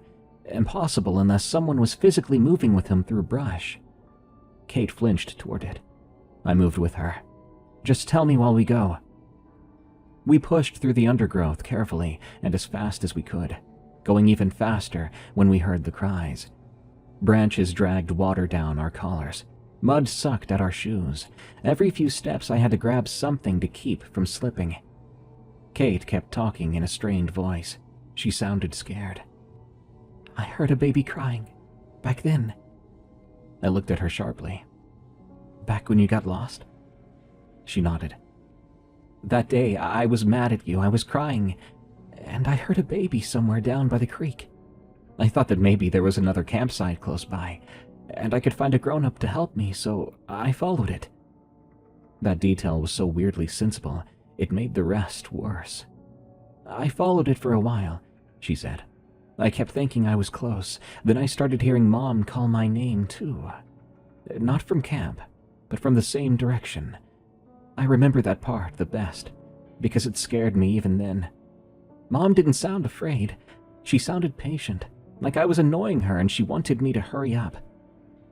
The crying ahead of us snagged on a note that sounded like Theo right after his vaccinations, right before he really got wound up. Kate was nearly in a run now, I grabbed her by the shoulder. "Slow down." She shook me off but did not speed up. "I found this place under some bushes," she said. "Not a cave, but more like where the roots had made a pocket under the bank. I remember seeing a white blanket there." "A blanket?" She nodded. "Something was crouched over it. I never saw the front of it. I don't know if I did and my brain cut it out, or if it never turned enough. It looked wrong from the back, and narrow, too narrow, high up. There was movement down low like it was kneeling, but not on knees." What did that mean, I wondered. The woods around us seemed suddenly full of things crouching just out of sight. I began to feel jumpy. "What did it do?" I asked. "It put one hand on the blanket. That's all I remember cleanly. A hand. Then Mom, our real Mom, started to call for me from behind. Not in front anymore, behind me." Ahead of us, the crying shifted downhill. Kate turned and shouted, "Theo!" Instantly, from somewhere deeper in the trees, her own voice shouted back, "Theo!" We both froze. The copied sound was not perfect. There was something underneath. Neither of us could move. Rain pattered through leaves. Water ran somewhere nearby. Then from farther off and lower, a third cry came. No words. That was Theo, unmistakably him. Kate grabbed my wrist so hard it hurt. "Don't answer anything unless you can see me." "What?" "Don't answer unless you can see my face." "Why, Kate?" "Just trust me." I couldn't argue with her, not right now, so we kept going. The ground steepened. The trees thinned briefly around a washout where rainwater had cut a gully through red clay. We slid down the edge and crossed it. On the other side, something blue was snagged on a branch at shin height. One of Theo's socks. Kate made a sound through her teeth. The sock was wet and muddy at the sole, and inside out. "I know he was wearing both when we left," she said. I knew he was too. I'd helped wrangle them onto his fat, kicking feet after his last diaper change. The crying came again, much, much closer. We pushed through a group of bushes, so dense we had to turn sideways in parts. The leaves slapped wetly against our jackets. The branches around us were smooth and pale under the bark. They looked like disgusting arms. That's when the woods began to trick us. That's how I'm going to describe it, because otherwise it's very difficult to understand. But basically, I would hear the creak on my right and then on my left, even though I hadn't shifted direction. I would glance back and be sure the road should be visible upslope, but only see wet black trunks. Even my phone compass spun and corrected and spun again. And the baby cries, they seemed near enough to touch, but then suddenly very far away. A couple of times I thought I saw a pale cloth ahead, and it was only the underside of bark. Once I thought I saw Theo's round head just beyond a cluster of branches, but it wasn't him. I don't know what I was seeing. Kate stayed very close to me. One time when I slowed, I thought I heard movement behind us, and she grabbed the back of my jacket, hissing, "No, forward." "Did you hear that?" "I heard you a second ago, from where you weren't." "I'm right here." "I know, and it didn't come from you." I gulped. We came out at a narrow creek fed by runoff from the road above. In daylight, it would have been nothing. A quick rocky ribbon of water shin deep at most, moving briskly over slick stone. In the rain and dark, it looked all black and metallic. One side of the bank was cut steep, and on the other, it opened into a muddy shelf under a leaning hemlock. Theo was crying from the far side. We both heard the same thing this time. Kate sloshed straight in. I followed. There was no other choice. Water hit my ankles and it felt like solid ice. My shoes skidded on algae-slick rock and I nearly came down. Kate grabbed a branch, lurched forward, and lost it, catching herself with both hands in the creek. But we picked ourselves up and kept going. By the time we scrambled up the opposite bank, the crying had shifted again. Not far, just farther down the creek. I wanted to break something. "Is someone moving him?" I said. Kate didn't reply. We found a rabbit next. Theo's rabbit. The stuffed one, It was sitting on a flat rock under the hemlock, soaked through, one ear pinned by rain. The thing is, that rabbit had been on the back floorboard when Kate reappeared, after Theo had been taken. I'd seen it. I knew I had. So how had it gotten here? Kate bent down and picked it up with both hands, as if it was Theo himself. She looked at me and I saw the first edge of hysteria on her face. What if this is my fault? She clutched the rabbit to her chest. What if it recognized me and came back?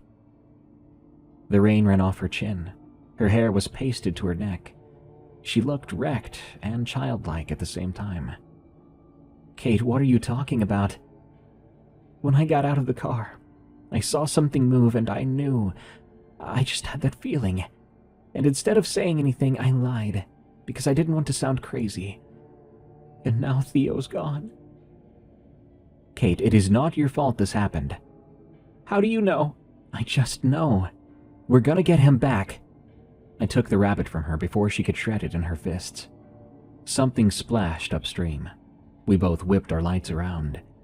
We didn't see anything just yet beyond black water. Then Theo's laugh. Not a cry, but a laugh this time. Who or what was he laughing at? He sounded very delighted, from under the bank to our right. Kate made a broken sound, dropping to her knees in the mud, shoving aside branches that had rooted into the creek edge. I grabbed her jacket and followed. There was a hollow under the bank, maybe where floodwater had carved into the clay. It wasn't very big, barely enough room to shove an arm into. It smelled of wet soil and old rotten leaves. And way in the back, where the light barely reached, something white gleamed. Kate plunged her hand in up to the shoulder. What is it? Is it Theo? I said. She pulled out Theo's sleep sack, the spare one from the diaper bag, not the one he had been wearing. We both stared at it.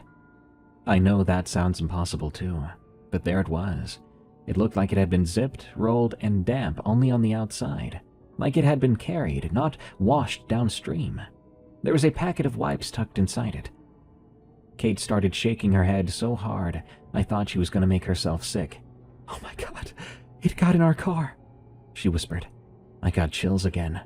What was this thing she was talking about? Was there something out here with us? Something that wasn't a person? Whatever had taken him had not snatched him from the open woods. It had reached into the sealed, ordinary space of the back seat of a parked car while I stood only feet away, and I never heard a thing. Maybe it really wasn't a person. That realization put a new shape on the dark around us. The woods felt even less empty. I forced myself to speak. Kate, we need a rule. A real rule, something we both do right now. She swallowed. Okay, so we do not separate, not even 2 feet. If one of us stops, we both stop. If you hear me and can't see me, ignore it, just like you told me, remember? She agreed. And if we find Theo, one of us gets him and the other watches everything else. Okay, she said. We began to move again, following the creek, as that was where the sound kept circling. At one point, the ground opened up into a muddy deer path that curved toward what looked like an old drainage line, maybe a remnant from roadwork higher up. Concrete jutted through the bank farther ahead, pale and slick. As we walked, Kate talked in bursts. Do you remember any of Nana's old mountain rules? I shook my head. Well, she told me old mountain women had rules. Superstitions and stuff. Don't whistle after dark and don't throw bathwater after sundown.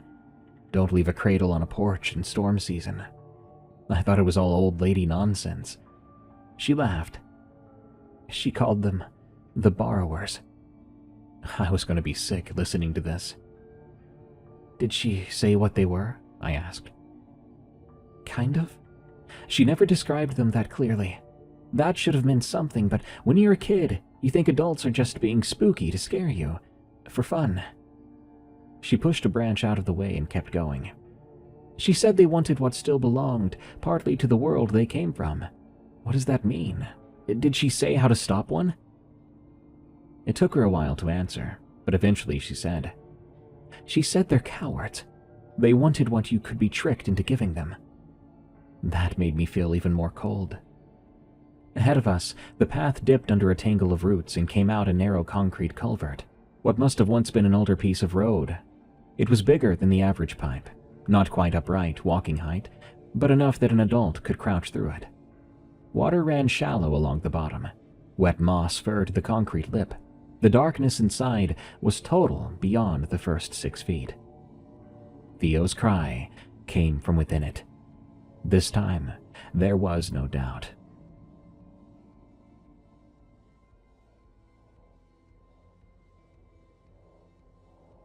Kate ran for the opening, but I seized her again.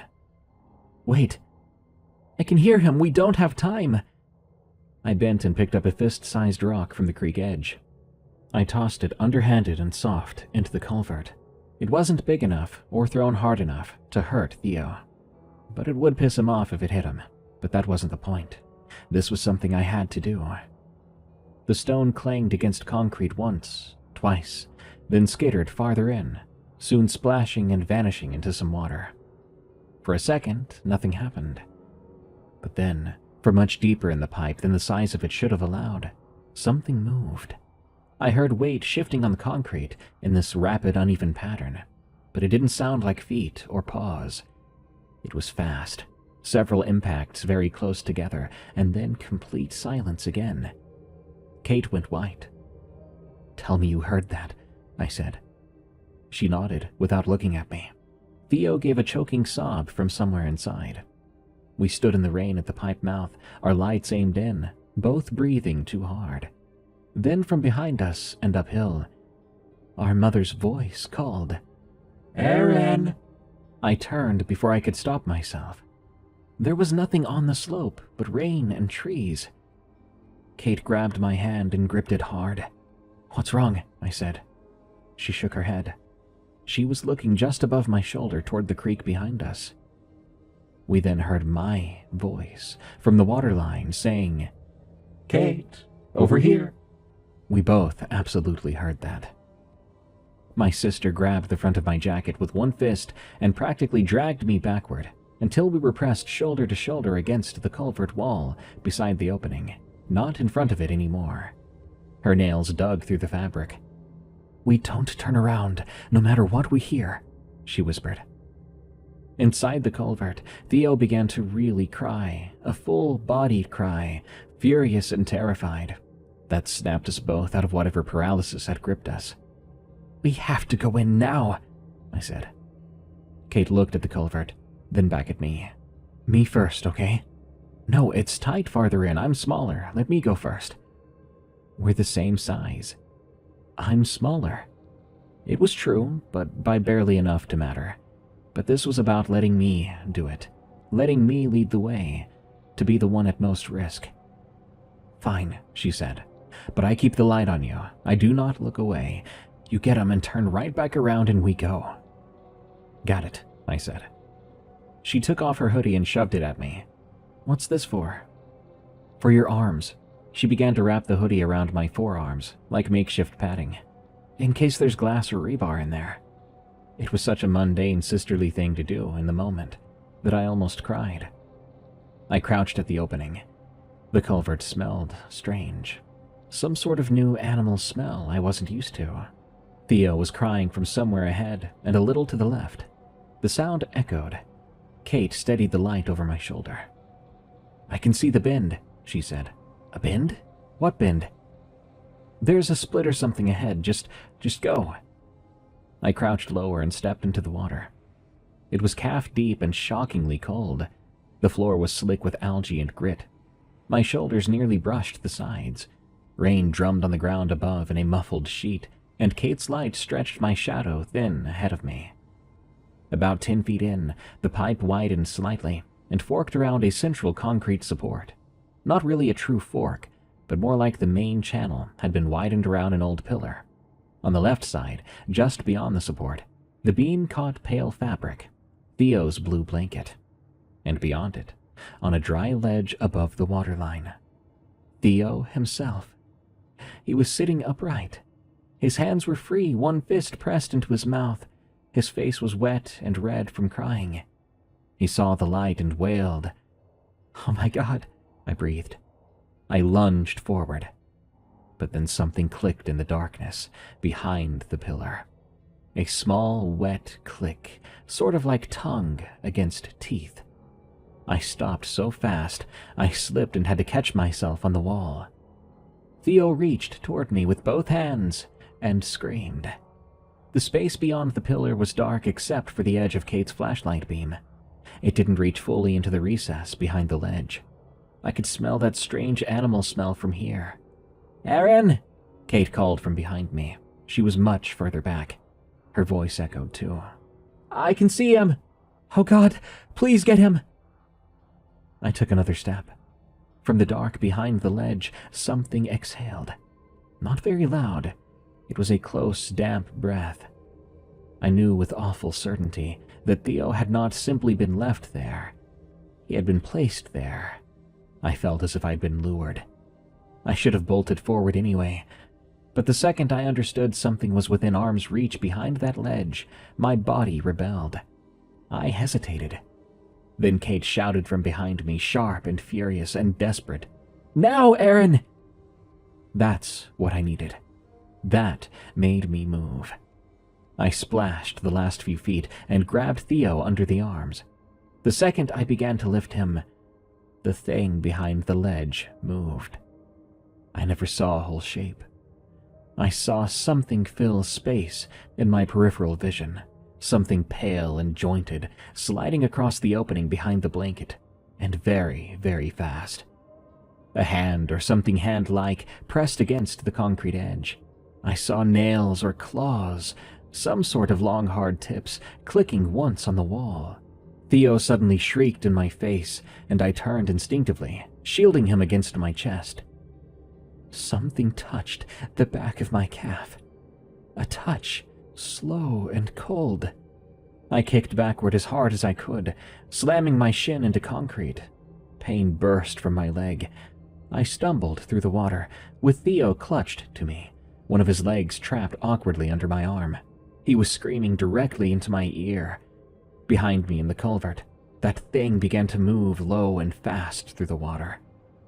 I ran. Kate's light jerked wildly as she ran for the entrance too, ahead of us. She made it and made room at the entrance. "Aaron!"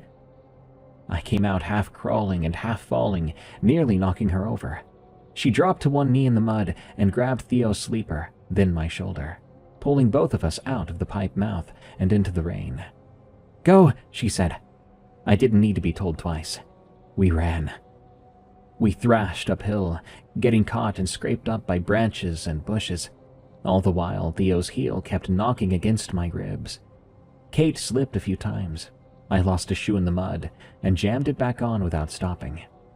Behind us, or maybe beside us, I kept hearing movement that never stayed where I tried to place it. Once, very close to my left ear, something whispered, "Give him back." I ignored it. I kept hearing Theo crying farther ahead of us, even though I was holding him against me. That nearly broke my mind. I started to veer toward the sound before Kate slammed into me and shouted, "No!" We had the rule, remember. Stay together, by force if not by sense. At the creek crossing, Kate went first. I shoved Theo higher against my chest. She got across and turned to help me, both of us panting and soaked. The whole way up from the creek, I expected a hand to grab me from behind, or some weight to drop on me from above. I was so scared that I would look down to find Theo no longer in my arms. If something impossible had happened once tonight, why not again? So I held him so hard that he probably didn't like it too much. "Sorry, sorry, sorry," I kept saying into his wet hair. By the time we saw the orange pulses of the hazard lights through the trees, I thought I might pass out. We burst up the ditch and onto the road shoulder, like wild animals. The car was exactly as we left it. Driver's door open, rear passenger door open. For one stupid second, I thought we had made it. But then I looked at the roof. There were 3 muddy handprints above the passenger side, stretched in a line toward the back seat. These were not human handprints, because humans did not have fingers that long. Kate saw them too. She made a quick whimpering sound, then clasped her hand over her mouth. "Get in," I said. I yanked the rear door open wider while she held Theo against her shoulder. He was still screaming, his whole little body rigid with terror. I tore the strap straight with hands that barely worked. Kate shoved him toward the seat and I forced his legs into place, buckling one side, missing the other, swore, then tried again. I got the chest clip shut. He kept reaching for us desperately, so panicked, snot running down his face. The second he was strapped in, I slammed the door. In a second, Kate was diving into the passenger seat. I rounded the hood, and I fell into the driver's seat, dragging the door shut and hitting the locks, and I instantly turned to see Theo. He was still there. The key missed the ignition the first time I tried it. "Come on," Kate whispered. I jammed it in and turned it. The engine rolled, but died. Something tapped twice on the rear windshield, and we both froze. There weren't any branches nearby that could have reached us, and there were no other people out here. Then came another tap, high on the glass. Theo stopped crying for one terrible second, sounding like he had caught sight of something. The weight above us shifted. Something was on the car. Kate turned halfway toward the back, and I caught her arm. "It's okay," I told her. "We're getting out of here." I turned the key again, and this time the engine caught. I threw the car into drive. Tires spun on the wet shoulder, and water sprayed behind us. We fishtailed a bit, but we shot back onto the road just fine. I refused to look in the mirror. I kept my eyes on the black ribbon ahead of us and drove until the trees thinned out and the first bar of service came back on my phone. Kate called 911. By then she was crying so hard, the dispatcher had to keep asking her to repeat herself. "Baby taken, baby recovered, Mountain Road, please send somebody, just send someone where there are lights." We met a deputy and an ambulance at a gas station about 20 minutes afterward. Theo was cold, muddy, had a scraped ankle, but was otherwise perfectly fine. The sheriff's department said it was a combination of panic, darkness, weather, maybe a person in the woods we never got a clear look at. Sometime near the morning, while Theo slept against her chest in a hospital recliner, Kate finally told me what she had never told anyone about the day she went missing when we were kids. That the thing she found crouched in the roots by the creek already had something wrapped in white. That thing, it takes babies. I apologized to her properly for the first time in my life, and I cried. 2 weeks later, I was at her house helping with dinner when rain started tapping at the kitchen window over the sink. Theo was in his high chair, smashing avocados into his tray with both hands. The house smelled like garlic and soap, and it felt so good to be back to something ordinary. But when he looked up at the dark window and began to laugh, Kate and I both turned, and my heart froze in my chest. He slapped both hands over his eyes and said, "Peek-boo." He waited there for a second, smiling behind his fingers, like somebody was waiting on the other side of the room. Then he pulled his hands away and laughed even harder. Kate crossed the kitchen in 3 steps and yanked the blind shut. Theo cried because the game had ended.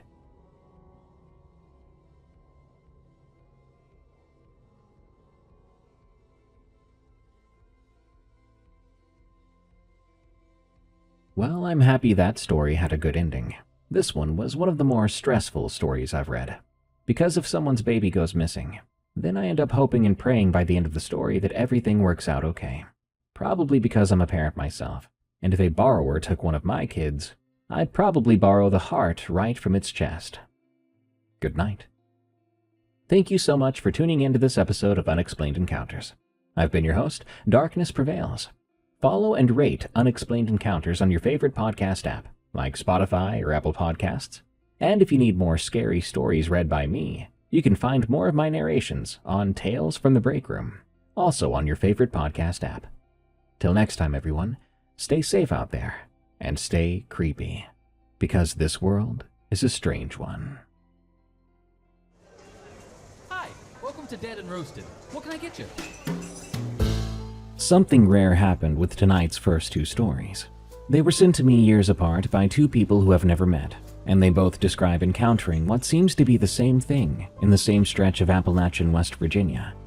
When I say the same thing, I mean the descriptions match well enough to give me chills. So we're gonna open with both of these accounts back to back, and after that we've got more tales from the working world featuring some very unwelcome visitors of the non-human variety, and more. These are tales from the break room. It walked wrong, from Danny94. I need to get a few things straight before I tell this, because people always ask the same questions about it. Yes, I'm a woman who works in utility line inspection, and yes, I work alone a lot of the time. I carry a sidearm when I'm in the field, because my work often takes me to remote areas which have bears and the occasional angry landowner. I don't carry it because I'm paranoid. I carry it because my company requires it for field technicians working solo in bear country. And I've had exactly one encounter with a copperhead that made me glad I had something louder than my voice on me. I've been doing this for about 8 years, and I've seen plenty of weird stuff in the woods, like dead animals arranged in strange ways, almost intentionally, or old structures that aren't on any map. Imagine chimneys standing alone where a cabin used to be, and root cellars with the doors still intact that you'd swear someone was using recently, even though the nearest occupied property was 5 miles away. I even found a school bus once, just sitting in the middle of nowhere about a mile from the nearest road, completely gutted, with small trees growing up through the floor. You could see where the seats had been. The windshield was gone, but the rearview mirror was still attached, and when I walked past it, I caught my own reflection and nearly screamed. The Appalachian backcountry is full of things that don't make sense, and you learn just to note them down, report what's relevant, and keep moving. I thought I'd seen the weirdest things those mountains have to offer, but I was wrong. In the fall of 2021, I was inspecting a stretch of transmission line that runs through a pretty remote area of Pocahontas County. This is a deep mountain country, rugged, elevations over 4,000 feet in places, covered in dense hardwood forest that goes red and gold in October and looks beautiful from a distance, but up close it's just a wall of trees in every direction. A lot of national forest land, not a lot of people. I can go whole days without seeing another person. Sometimes that's nice, right? But other times not so much. My job that day was to walk a section of the right-of-way, which is the cleared corridor under the power lines, and check for vegetation encroachment, damaged poles, anything that needed to be flagged for a crew. It's about as boring as it sounds most of the time. You walk and you look up, you take photos, and you write notes on a tablet. The right-of-way is usually about 100 feet wide, so you've got the open strip under the lines, and then dense forest on both sides. It feels like walking down a hallway with living walls. I'd been out since about 7 a.m. It was probably close to 2 in the afternoon when I noticed something was off. I was in a section where the terrain dropped away to the east into a hollow, and the tree line on that side was thick second-growth hardwood, mostly beech and maple with a lot of undergrowth. I had stopped to photograph a leaning pole when I caught movement in my peripheral vision, somewhere down the slope in the trees. I looked, expecting a deer, but what I saw was not a deer at all. There was a figure standing about 60 yards away, just inside the tree line where the shadows were heaviest. It was upright, on 2 legs, and very tall, taller than any person I've ever seen. And I don't mean like a tall basketball player. I mean proportionally wrong tall, with long limbs, arms hanging down past where the knees would have been. And it was so thin, extremely thin, with a grayish color that was close enough to the bark of the beech trees that I almost didn't register it. It was just standing there, slightly angled, like it was leaning to look around a tree without stepping out from behind it. I froze. My first thought, and I know this is going to sound ridiculous, was that someone had placed a mannequin in the woods as a joke, because the proportions were so wrong that my brain was trying to categorize it as something artificial, something man-made. The arms were just too long and the head was just too small. Or maybe it was the right size, but looked small, because the body was so stretched out. I couldn't make out a face. The whole thing was just this pale gray shape standing in the shadows. And then it moved. It shifted its weight from one leg to the other, and the way it moved was the part that really got to me. You know how when a person shifts their weight, their whole body adjusts? Hips and shoulders, head, everything sort of flows together, because that's how your skeleton works. Well, this thing didn't do that. Parts of it moved independently. The legs shifted, but the upper body stayed rigid, and then the upper body sort of caught up in a jerky, delayed way. Like a robot or a marionette. I put my hand on my holster. Honestly, I don't know why, because I don't think a 9mm would have been my first choice if that thing had come at me. But it was a reflex. I kept watching. It shifted again. And then it turned. And when I say turned, I mean the whole body rotated to face me. But the head stayed fixed on me the entire time. The body turned underneath the head that was already looking at me. I don't know how else to describe it. The head simply didn't move. The body swiveled to match it. That stare down between us lasted about 15 seconds. I could hear my own breathing and the hum of the power lines above me. But there was nothing else. No wind or birds. The woods had gone completely quiet. That's when I saw the thing take a step backward, deeper into the trees. And I lost sight of it. It didn't walk away. It sort of just receded into the shadows, like that Homer Simpson meme, like the forest swallowed it. I left. I walked back to my truck at a pace that I will generously call brisk, and I did not look back. I wanted to run very badly, but the rational side of my brain told me that running through uneven terrain with equipment on my back was a good way to trip and break an ankle, and breaking an ankle out here alone, with that thing in the woods, was not an option I was willing to consider. It took me about 20 minutes to get back to my truck, the longest 20 minutes of my life. Every noise in the woods, every squirrel in the leaves, every branch that popped under my boots made my heart rate spike. When I got to the truck, I locked the doors before I even started the engine, which is something I've never done before or since. I drove to the district office and told my supervisor I'd completed the section, which was a lie because I had another half-mile to go. I went back 2 days later to finish in broad daylight, and I brought a coworker with me. I didn't tell him why I brought him along. He thought I just wanted company, and that was fine by me. I've never seen it again. I've been back through that area multiple times since, but every time I'm in that section, the hair on my arms stands up, and I move faster than I usually would. I scan the trees constantly, instead of just checking the poles and the lines. My body remembers what my brain tries to forget. Something lives in those woods. It's tall, gray, and wrong, and it watches. The Tall Gray, from GMC Farland, 22. So I don't usually submit these kinds of things to the podcasts I listen to. I listen to this show, but I'm a pretty skeptical guy in general. I grew up hunting and fishing and camping, and I've spent a lot of time in the woods, so I don't spook easy. But something happened to me about 4 years back that I've never been able to explain, and it's honestly messed with my head. In 2022, I was working on a survey crew for a natural gas pipeline company. We were doing preliminary route surveys in Randolph County, West Virginia. Lots of mountains, hollows, heavy forest, and not many people around. Our job was to walk potential pipeline routes, taking GPS readings and marking features, assessing the terrain for the engineers. We worked in 2 teams of 2 or 3 and spent most of our time bushwhacking through stuff that hadn't seen a human footprint in years. My partner was a guy named Cal, late 20s, quiet, but good at his job. The kind of guy you want with you in rough country because he doesn't complain and he pays attention. We were working a route along a ridgeline that dropped off steeply to the north into a drainage that was all old growth, big ol' hemlocks and poplars. It was October, late in the afternoon, and the light was getting that golden sideways quality it gets in the mountains when the sun drops behind the next ridge over. We'd been working for about 6 hours and were getting ready to call it, when Cal stopped ahead of me and held up his fist. That was our signal to freeze in place.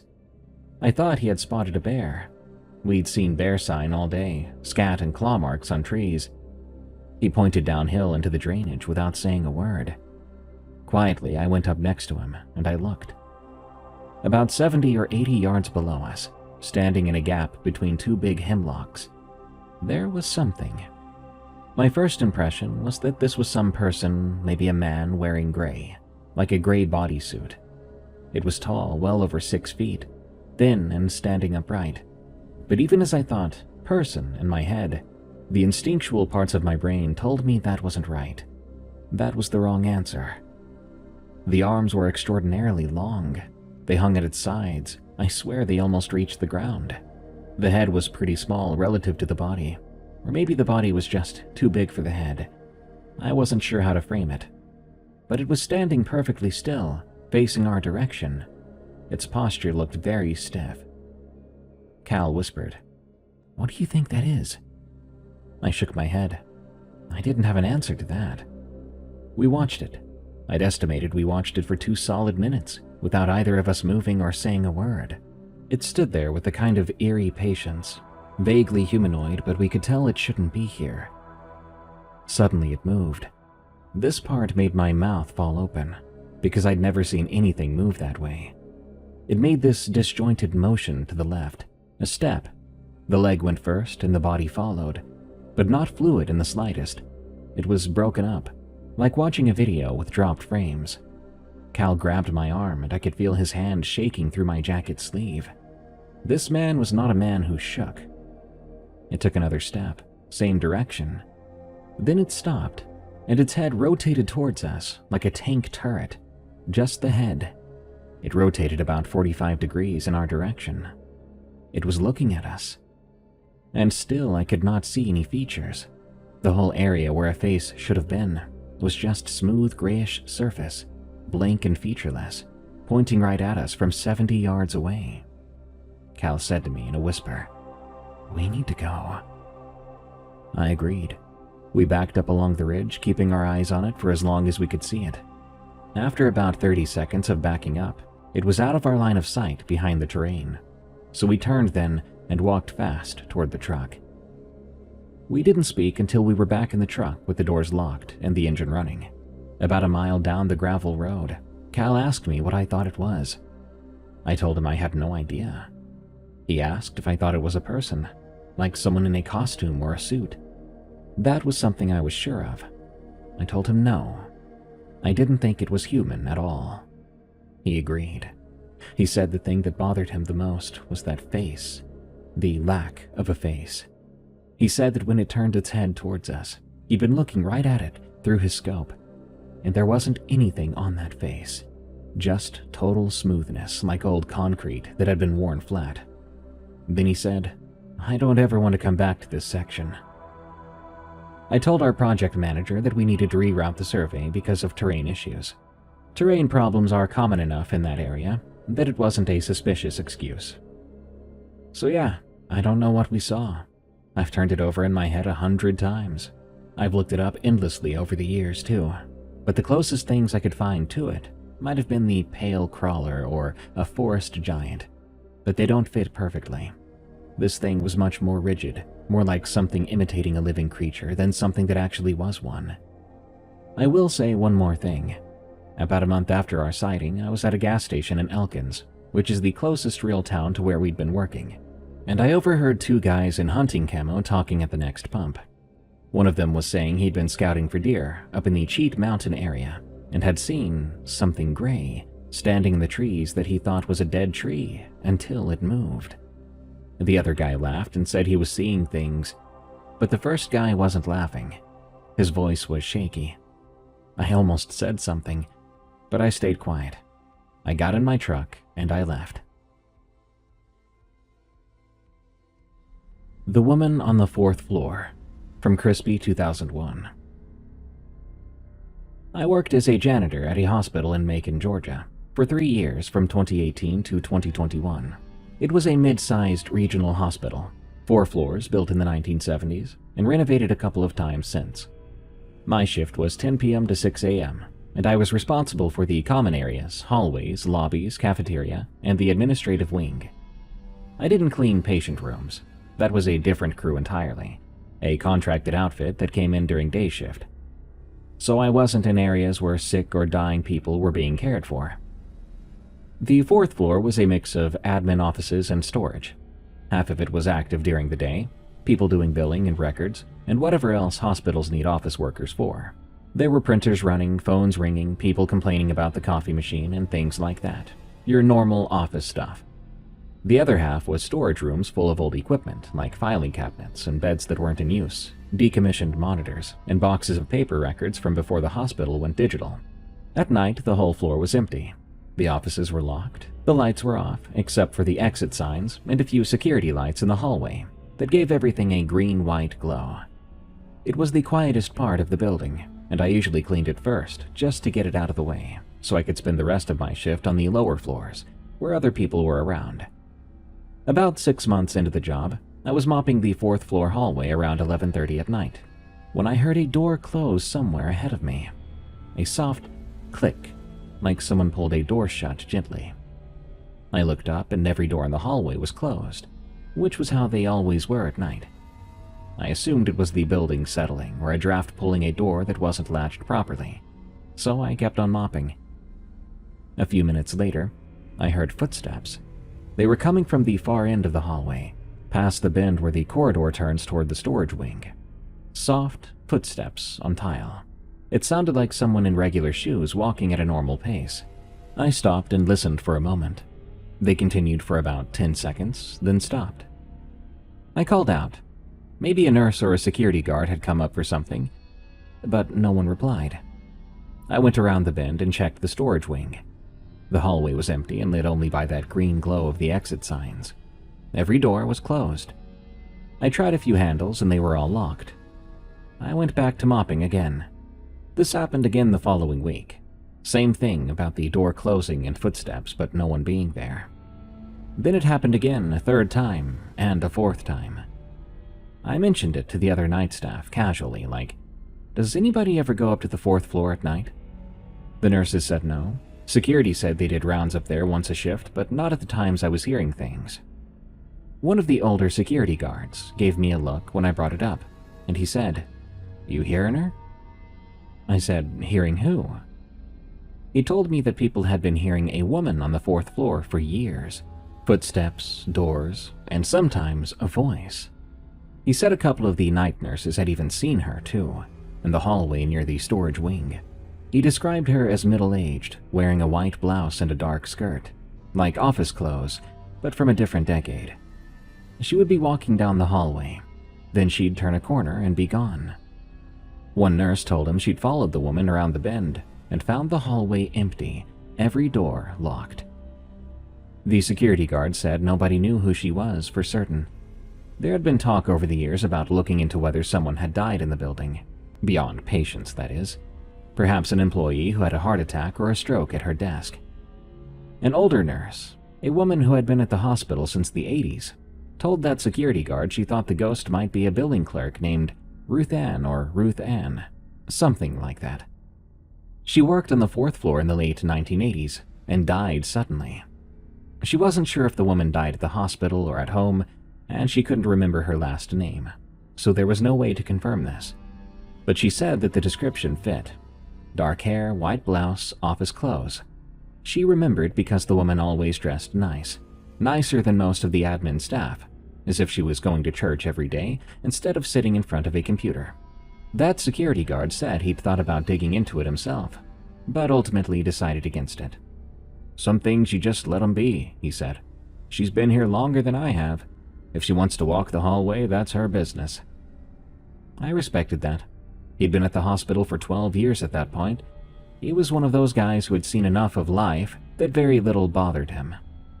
And she didn't bother me, really. Once I knew what it was, or at least what other people said it was, the footsteps stopped scaring me and just became part of the job. I'd hear them, even call out an "evening, ma'am" under my breath, and I'd keep mopping. I figured if she'd been walking that hallway for 30-something years without hurting anybody, she wasn't about to start with me. But I did see her once, And that one time is the reason I'm even writing this. It was my last month at the hospital, February 2021. I was on the 4th floor later than usual, about 1 a.m. I had to deal with a spill in the cafeteria that ate up my first hour. So I was behind schedule and annoyed about it, which is maybe why I wasn't paying attention to the usual sounds. I was mopping near the bend in the hallway, working fast, earbuds in but no music playing, because I'd learned a long time ago that you don't block your hearing in empty hospital corridors at night. I looked up at some point, and there she was, about 30 feet away, standing in the corridor near one of the storage room doors. She was exactly what that security guard had described. Middle-aged, about late 40s or early 50s, dark hair pinned up in a style that looked like it was from the 80s, maybe early 90s. A white blouse, dark skirt, sensible shoes. She was standing with her hand on the door handle, as if she had just come out of the room, or was about to go back in. She was looking at me, and she was solid. Really think about that. She looked completely real, completely three-dimensional, like another living person standing in a hallway. If I didn't know the floor was empty, if I didn't already know every door was locked, if I didn't know what I knew from 2 years of hearing footsteps and doors and stories, I would have walked up to her and asked if she needed help finding something. That's how real she looked. We looked at each other for maybe 5 seconds. Her expression wasn't scary. She didn't look angry or sad or threatening.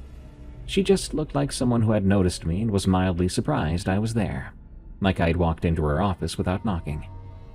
Then she turned away from me, opened the door, and walked into the storage room. The door closed behind her with that same soft click I'd been hearing for 2 years. I walked over and tried the handle then.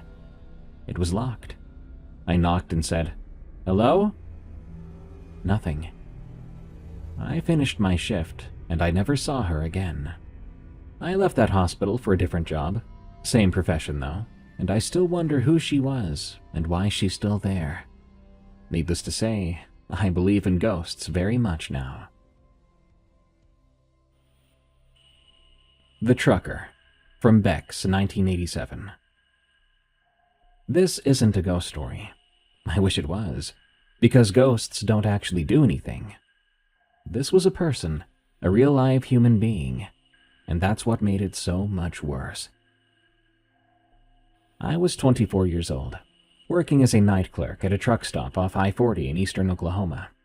I won't name the exact place, but it had big diesel pumps out front, a little convenience store with 4 aisles of snacks and motor oil and air freshener shaped like pine trees, with showers for the truckers in the back, and a diner attached to the side that closed at 10.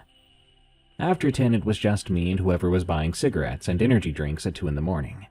The truck lot out back could hold maybe 40 rigs, and on a busy night, it'd be 3/4 full of guys sleeping in their cabs. Weeknights were slower, maybe 10, 15 trucks. I could see the lot from the counter if I craned my neck. The job was okay. I am a night person by nature, and most of the truckers were decent. Tired and quiet usually. They'd come in, buy their stuff, maybe use the shower, and go back to their truck. Some of them were regulars, and I knew them by name. There was a guy named Ray who drove for Werner, and always bought 2 Banana Moon pies. There was Carla, who hauled refrigerated loads and would talk your ear off about her grandkids if you let her. Mostly good people. Occasionally, you would get a drunk or a tweaker, but that was rare for our stop, because we were in the middle of nowhere, and the tweakers tended to cluster near the bigger towns where they could get supply. There was one trucker, though, who came through every few weeks, and he made my skin crawl. I never even got his name. He drove a white Peterbilt with no company markings on it, which isn't super unusual for an owner-operator, but his truck was always immaculate, like weirdly clean. Truckers live in their rigs, and the cabs usually looked like it. This guy's truck looked like it had just rolled off the lot every single time. He was tall, about 6'2" if I had to guess. Lean, too, always wearing the same tan Carhartt jacket and a ball cap pulled low. He had these pale blue eyes, and he didn't blink nearly enough. I know that's a weird detail to focus on, but it's one of those things that stuck with me. Most people blink every few seconds. This guy would go 20 or 30 seconds at a time without blinking, I swear to God. It made talking to him feel like being studied through some window. He never bought much. A coffee and sometimes a water. He'd pay in cash, exact change too. He never used a card, and he'd leave just like that. He didn't make small talk. He never asked about the weather or road conditions or anything that truckers normally talk about. He would look at me with those pale, steady eyes and say, "Thanks," and walk out. Every single time the same routine and the same word. I started dreading seeing that white Peterbilt pulling into the lot because I knew exactly how the interaction would go, and something about the precision of it unsettled me. The thing that started bothering me beyond the staring was that he'd come inside at odd hours. Most truckers who stop at 2 or 3 a.m. are on a schedule. They've been driving. They need to fuel up and use the bathroom and maybe grab food. Then they're back on the road. This guy would pull in at like 3 a.m., park, then not come inside for almost 2 hours. I'd see his truck in the lot from the window, and the cab light would be on, and he'd be sitting in there. Then at 4 or 5 in the morning, he would finally come in, buy his coffee and sometimes water, and leave. But sometimes he wouldn't leave. He'd go back to his truck, turn the cab light off, and sit there in the dark. I'd seen the faint glow of what I assumed was a phone screen, and that was it. I mentioned this guy to my manager at some point. She said some truckers are just strange, and to let it go, unless he caused trouble, of course. Fair enough. But he never caused trouble. He never raised his voice or made a mess. He never said anything threatening. But one night I was stocking shelves near the front window, and I looked out at the lot. His truck was parked facing the store, cab light off, and he was standing outside his truck, leaning against the driver's side door, looking directly at the store. At me, arms folded, just standing there in the cold at 3 a.m., watching the building. I stepped back from the window and out of the aisle so he couldn't see me. I waited about 5 minutes, and then I looked again. He was gone, but his truck was still there. He simply was no longer next to it. That's when the door chime rang, and he walked in. "Evening," he said. With exact change, he bought a coffee, then walked out and got in his truck. He drove away, and I watched his taillights until they disappeared on the interstate. I started locking the front door after midnight. Company policy said we were supposed to stay open 24 hours, but I told my manager I'd been getting nervous about a specific individual, and she let me start locking up at 1 a.m. and only buzzing people in. She didn't push for details, and I was thankful for that. He came through one more time after that. It was about 3 weeks later, a Wednesday night, dead quiet, maybe 2 trucks in the lot at most. He pulled in and parked in the back of the lot, in his usual spot, facing the store. He sat in the cab for about an hour and a half. I knew it was him before I even saw the truck, because of where he parked. Nobody else even used that spot. It was the farthest corner of the lot, away from the lights, where you'd park if you wanted to watch the building without being easily seen from inside. I sat behind the counter, and I kept glancing at the security monitor, watching his cab light come on and go off again. Then he got out, and he walked up to the front door and tried the handle. It was locked. He stood there and looked through the glass at me. I was behind the counter about 20 feet away, and we made eye contact through the door. The fluorescent light from inside hit his face, and I could see him clearly. He didn't knock. He didn't try the handle again either. He didn't mouth words or gesture for me to let him in. He stood there looking at me through the door with an unblinking stare, breath fogging up the glass slightly, one hand still on the door handle. Then he smiled. It was the first time I'd ever seen him smile, and I wish I never saw it. It didn't look like a friendly expression. It looked performative, like he was showing me his teeth because he wanted me to see them. Like letting me know that a locked door was a minor inconvenience, and he found it amusing that I thought it would help. He turned around, walked back to his truck, and left. He pulled onto the interstate, heading west, and his taillights got smaller and smaller until they were gone. He never came back. I'm not sure why. Maybe he moved on to a different route. Maybe he found a different truck stop with a clerk who didn't lock the door. One way or another, he lost interest. Good, because I never wanted to see him again. The Voice in the Stairwell, from M. Delgado, 97. I used to work the front desk at a Marriott in El Paso, Texas, 3 to 11 shift, which meant I'd spend the last few hours of my shift mostly alone in the lobby, since the overnight guy, Tomas, would sometimes be late. He was a good dude, but punctuality was not his strong suit. So from about 10:30 to whenever he rolled in, it was me and the lobby and the security cameras, and whatever guests happened to walk through, which at that hour was usually no one. The hotel was 12 stories, and the stairwells were the concrete echo chamber type with the metal railings, the kind where if you drop your keys on the 5th floor, you can hear them hit from the lobby. Sound carried in those stairwells like you wouldn't believe.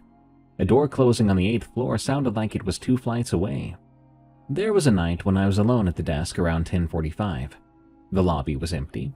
The elevator was parked on the ground floor with its doors closed. The TV in the lounge area was off. It was that specific kind of hotel quiet where you can hear the ice machine humming through the wall. I was doing some end-of-shift paperwork when I heard what sounded like a man talking in the east stairwell. The door to that stairwell was about 15 feet from the front desk, a heavy fire door with a push bar. Guests would sometimes use the stairs if the elevator was slow. But at that hour, it was unusual. I assumed someone was on a phone call and didn't think much of it. But the voice kept going, and it wasn't a conversation. It was one voice, steady and uninterrupted, like someone reading aloud or reciting something. But I couldn't make out the words through that heavy fire door. But I could hear the cadence, rhythmic even, almost monotone. It went on for probably 3 minutes straight without any pause, which is a long time for someone to talk without stopping. Try sometime to talk for 3 uninterrupted minutes and you'll see what I mean. You need to breathe, you gotta swallow, you lose your train of thought. But this voice didn't stop. I walked over to the stairwell door and listened. The voice was coming from above, maybe a couple floors up, and it echoed down the shaft in a way that made it sound hollow and flat. I opened the door and called up. "Hello? Everything okay?" The voice stopped immediately. Dead silence. I stood there listening for about 30 seconds, but there was nothing else. I let the door close and I went back to the desk. 5 minutes later, it started again. Same voice, same cadence, and same stairwell. This time I didn't investigate. I just ignored it. When Tomas, the overnight guy, showed up around 11:15, I mentioned what happened. He listened for a second, said he didn't hear anything, and shrugged. But by then, it had stopped. I forgot about this event until it happened again about a week later. Same time roughly, and same stairwell, and it sounded like the same voice. I mentioned it to the daytime manager, and she said the stairwell was sometimes used by homeless people trying to find a warm place to sleep, and that I should call security if I suspected someone was in there. I called security that night. They walked the entire stairwell, all 12 floors, and found nobody up there. The doors on every floor were closed and locked from the stairwell side, which meant someone would have needed a room key to exit onto any floor. The only unlocked exit was the lobby door, right next to me, and no one had come through it. This went on for about 2 months. Every week or so, the voice, always around 10:30 to 11 at night, and it was always in the east stairwell, never the west. And it would be a single male voice speaking in an even rhythm that I could hear but couldn't understand. I swear the words were right at the edge of my comprehension, where you kept thinking you were about to catch a phrase and then it would slip away. I got used to it. It became background noise like the ice machine or the elevator motor. A few times I opened the door and called up and the voice would stop. One time it didn't stop. I stood there with the door open and listened, and the voice just kept going, floor after floor above me, filling the stairwell with this steady, low murmur. It was the strangest thing, because the stairwell was clearly empty. I could see up the first 3 flights from where I stood, and there was nobody on any of the landings. The voice sounded like it was coming from everywhere and nowhere, bouncing off the concrete, impossible to pinpoint which floor it originated from. I closed the door and went back to work. I asked around with the other desk staff during shift change. 2 of them had heard it before. A woman named Diana, who'd worked at the hotel for years, said she'd heard the voice at least a dozen times and had stopped caring about it. She said the east stairwell had something going on, and that she'd mentioned it to the GM once, and he'd told her it was probably sound carrying from the HVAC system through the walls. Diana did not buy that explanation and told me so, but she also said that whatever it was had not caused any real problems, so she wasn't going to lose sleep over it. The other front desk person who'd heard it was a guy named Mark, who'd only been there for a few months. He said hearing it once was enough for him, and he would no longer go near the east stairwell after 10 p.m. The last time it happened was in December. I opened the stairwell door because I'd gotten bold about it by that point, and I called up to it like I always did. The voice stopped. Then, after about 5 seconds of silence, it said something that I could actually understand. Clear as day, like the speaker was standing on the landing right above me. It said, "Come up." I closed the door. I went back to my desk. I did not go up. I don't care what was saying it or why. Nothing good has ever come from a disembodied voice in an empty stairwell asking you to come closer. I've seen enough scary movies to know that.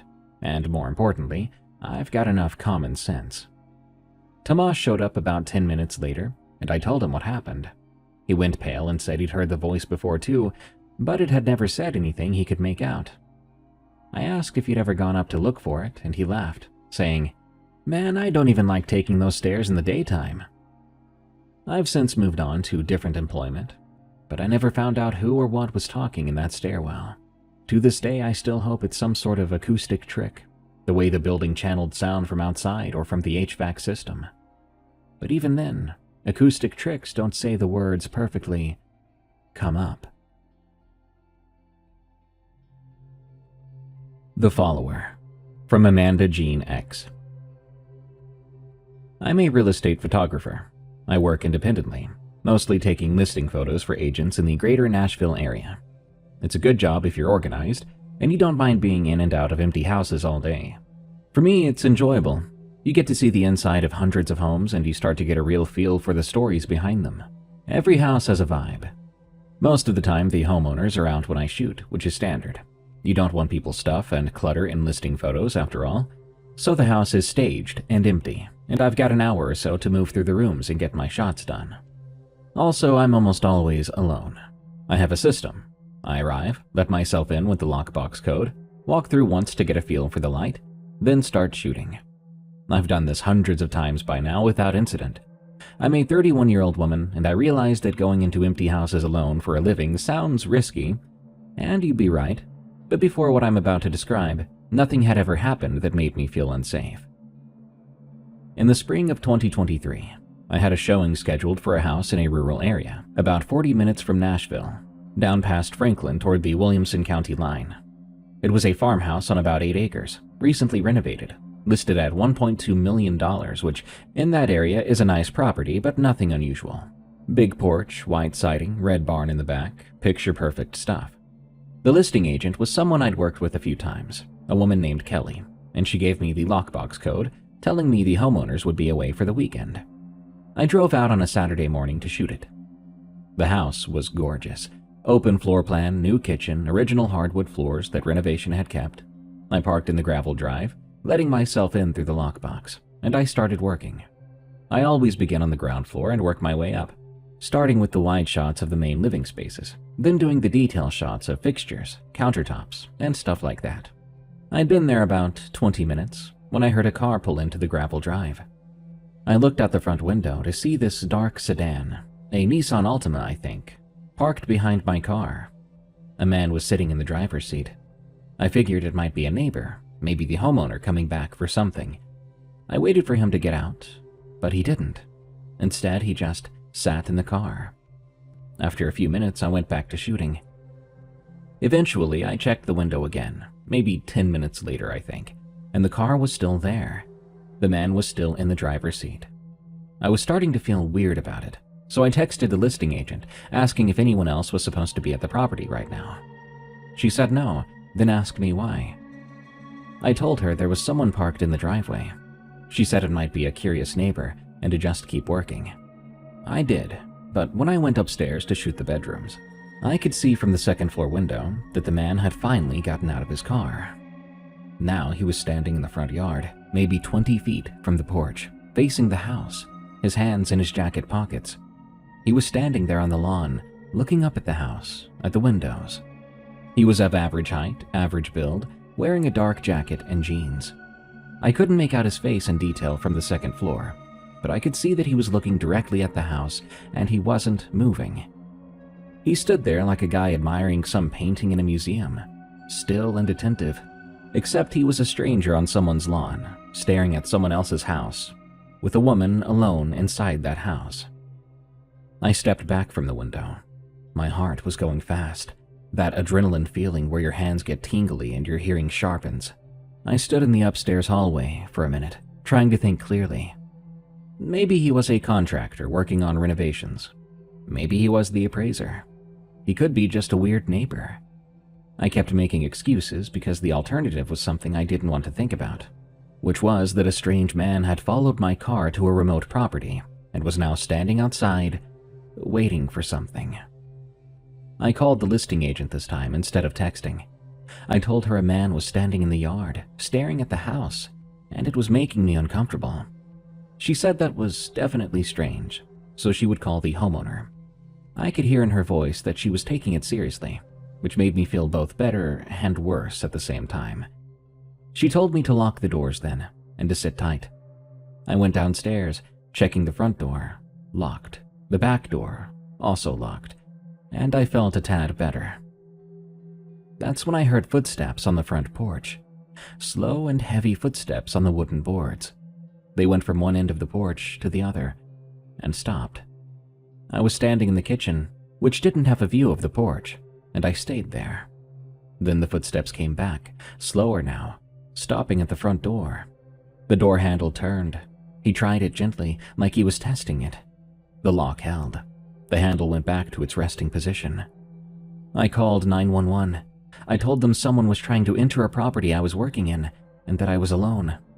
They said they'd send someone. The dispatcher asked me to stay on the line, so I did. The footsteps left the porch. I heard them on the gravel, going back toward the driveway. I went to a side window, watching the man walk to his car, get in, then pull out of the driveway. He drove down the road and was gone by the time the sheriff's deputy arrived about 12 minutes later. The deputy took my statement and my description of the car, a dark Nissan sedan, maybe an Altima or Sentra. Oklahoma plates, but I only caught the first 2 digits. The man was black, medium build, dark jacket, baseball cap. I couldn't give a better description than that, and the deputy said that was fine. He said it could have been someone casing the property for a burglary since the listing was public online, with the address and photos showing the house was clearly empty and recently staged. He said it could have been a lot of things.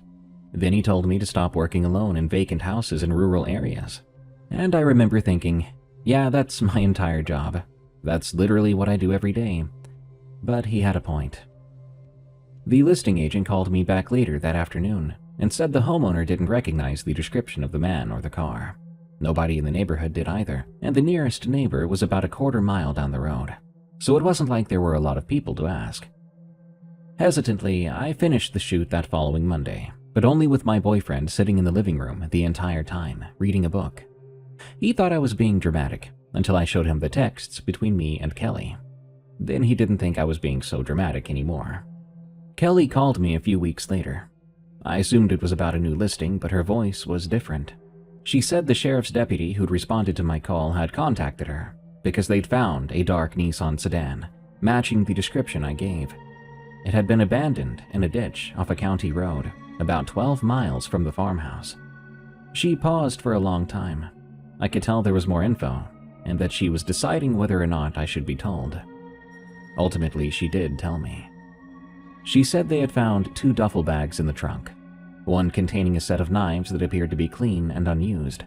The other contained knives that were used, and that's all she would say about those knives. She said the deputy wanted to know if I'd be willing to come in and give a more detailed statement. I said yes. I went the next day. They didn't tell me much else. I don't know if they ever identified the owner of the car. I'm not sure if they matched anything to an open case. But I know that what was in that trunk, and the fact the man had been there when I was alone. Those two things can't be a coincidence. I've since started carrying pepper spray on every job I go to, and I tell someone my exact schedule and address before every shoot. I also got a doorbell camera that I stick on with a mount at every property I work. Just a little portable one that connects to my phone and records anyone who approaches the door. My boyfriend says that's smart. I do too. I keep thinking about that door handle turning, and what would have happened if he'd gotten inside. The Scratching in the Walk-In, from Throwaway CBIA. Short and sweet on this one. Well, short-ish. I was a line cook at a steakhouse in Council Bluffs, Iowa, for about 2 years. The restaurant was in a building that used to be a church, then a furniture store, then sat empty for a decade before someone bought it, converting it into a restaurant in 2014. You could still see where the church stuff had been if you knew what to look for. The arch above the main dining room was the old sanctuary arch, and the wine cellar was actually a baptismal room with the pool filled in. The owner thought the history gave it character. I thought it gave it problems. Our walk-in cooler was in the basement, which was the old church basement.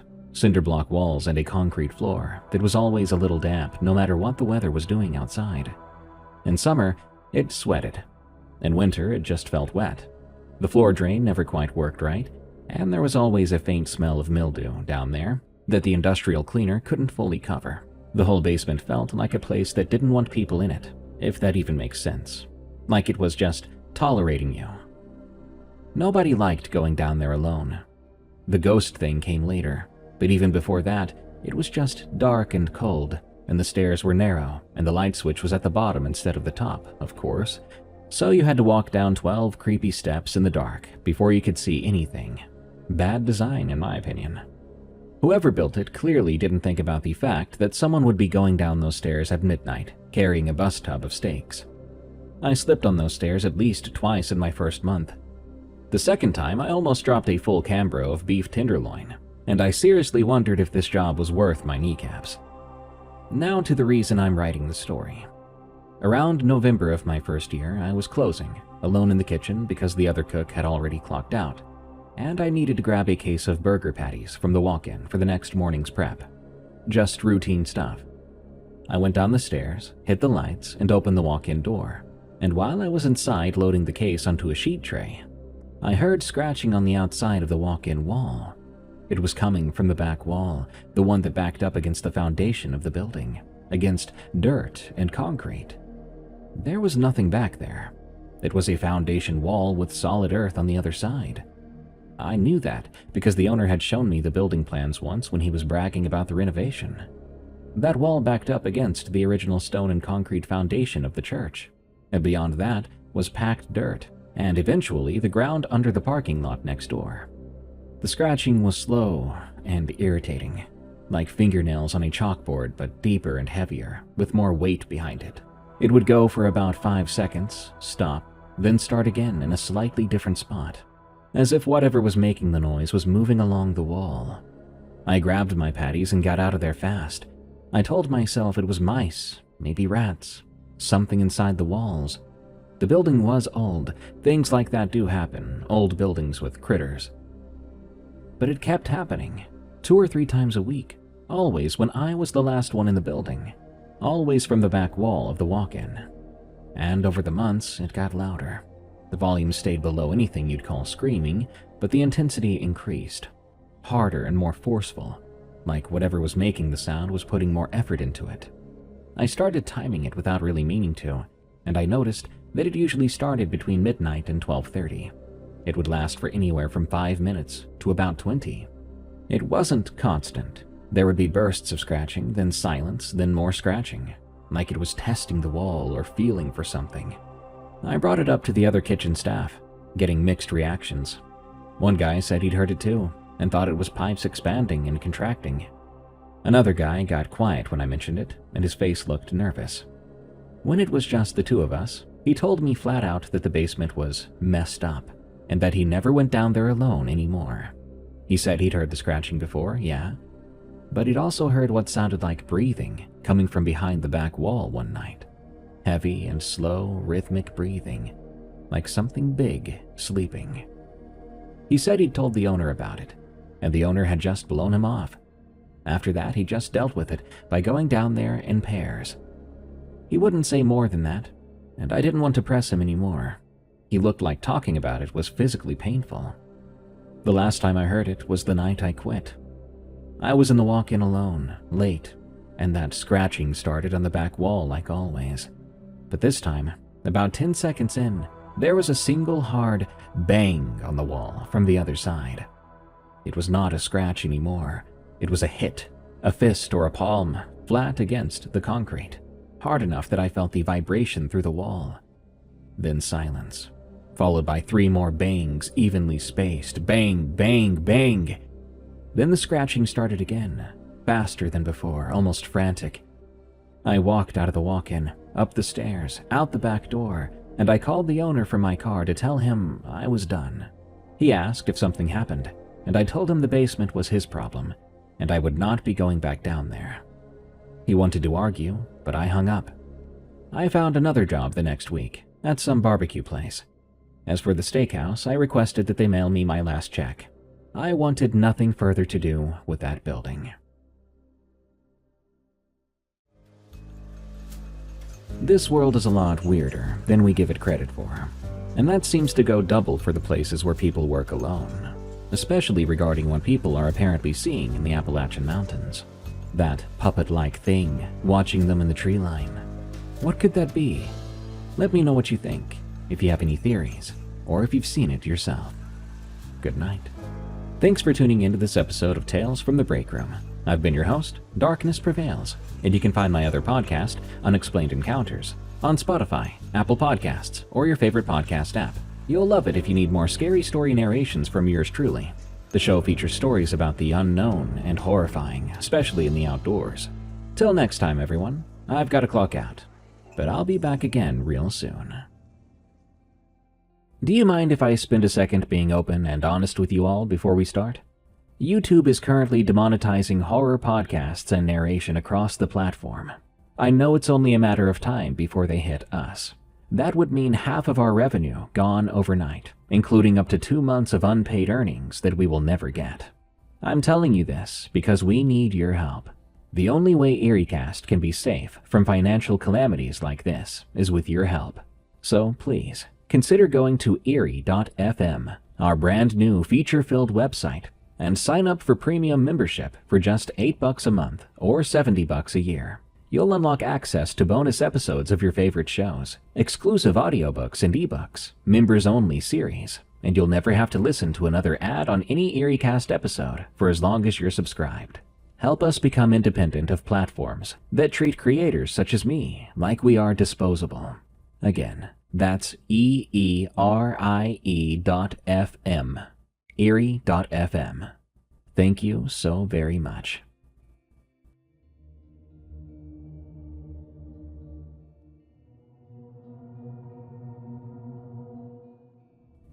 Now then, I'll make this intro quick.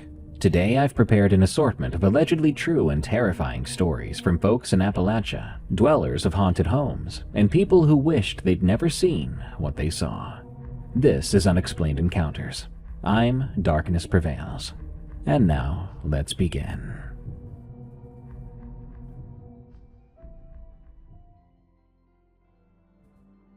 Nobody here knows that name. From Adelaida. I'm posting this from England, so if I use some slang, sorry.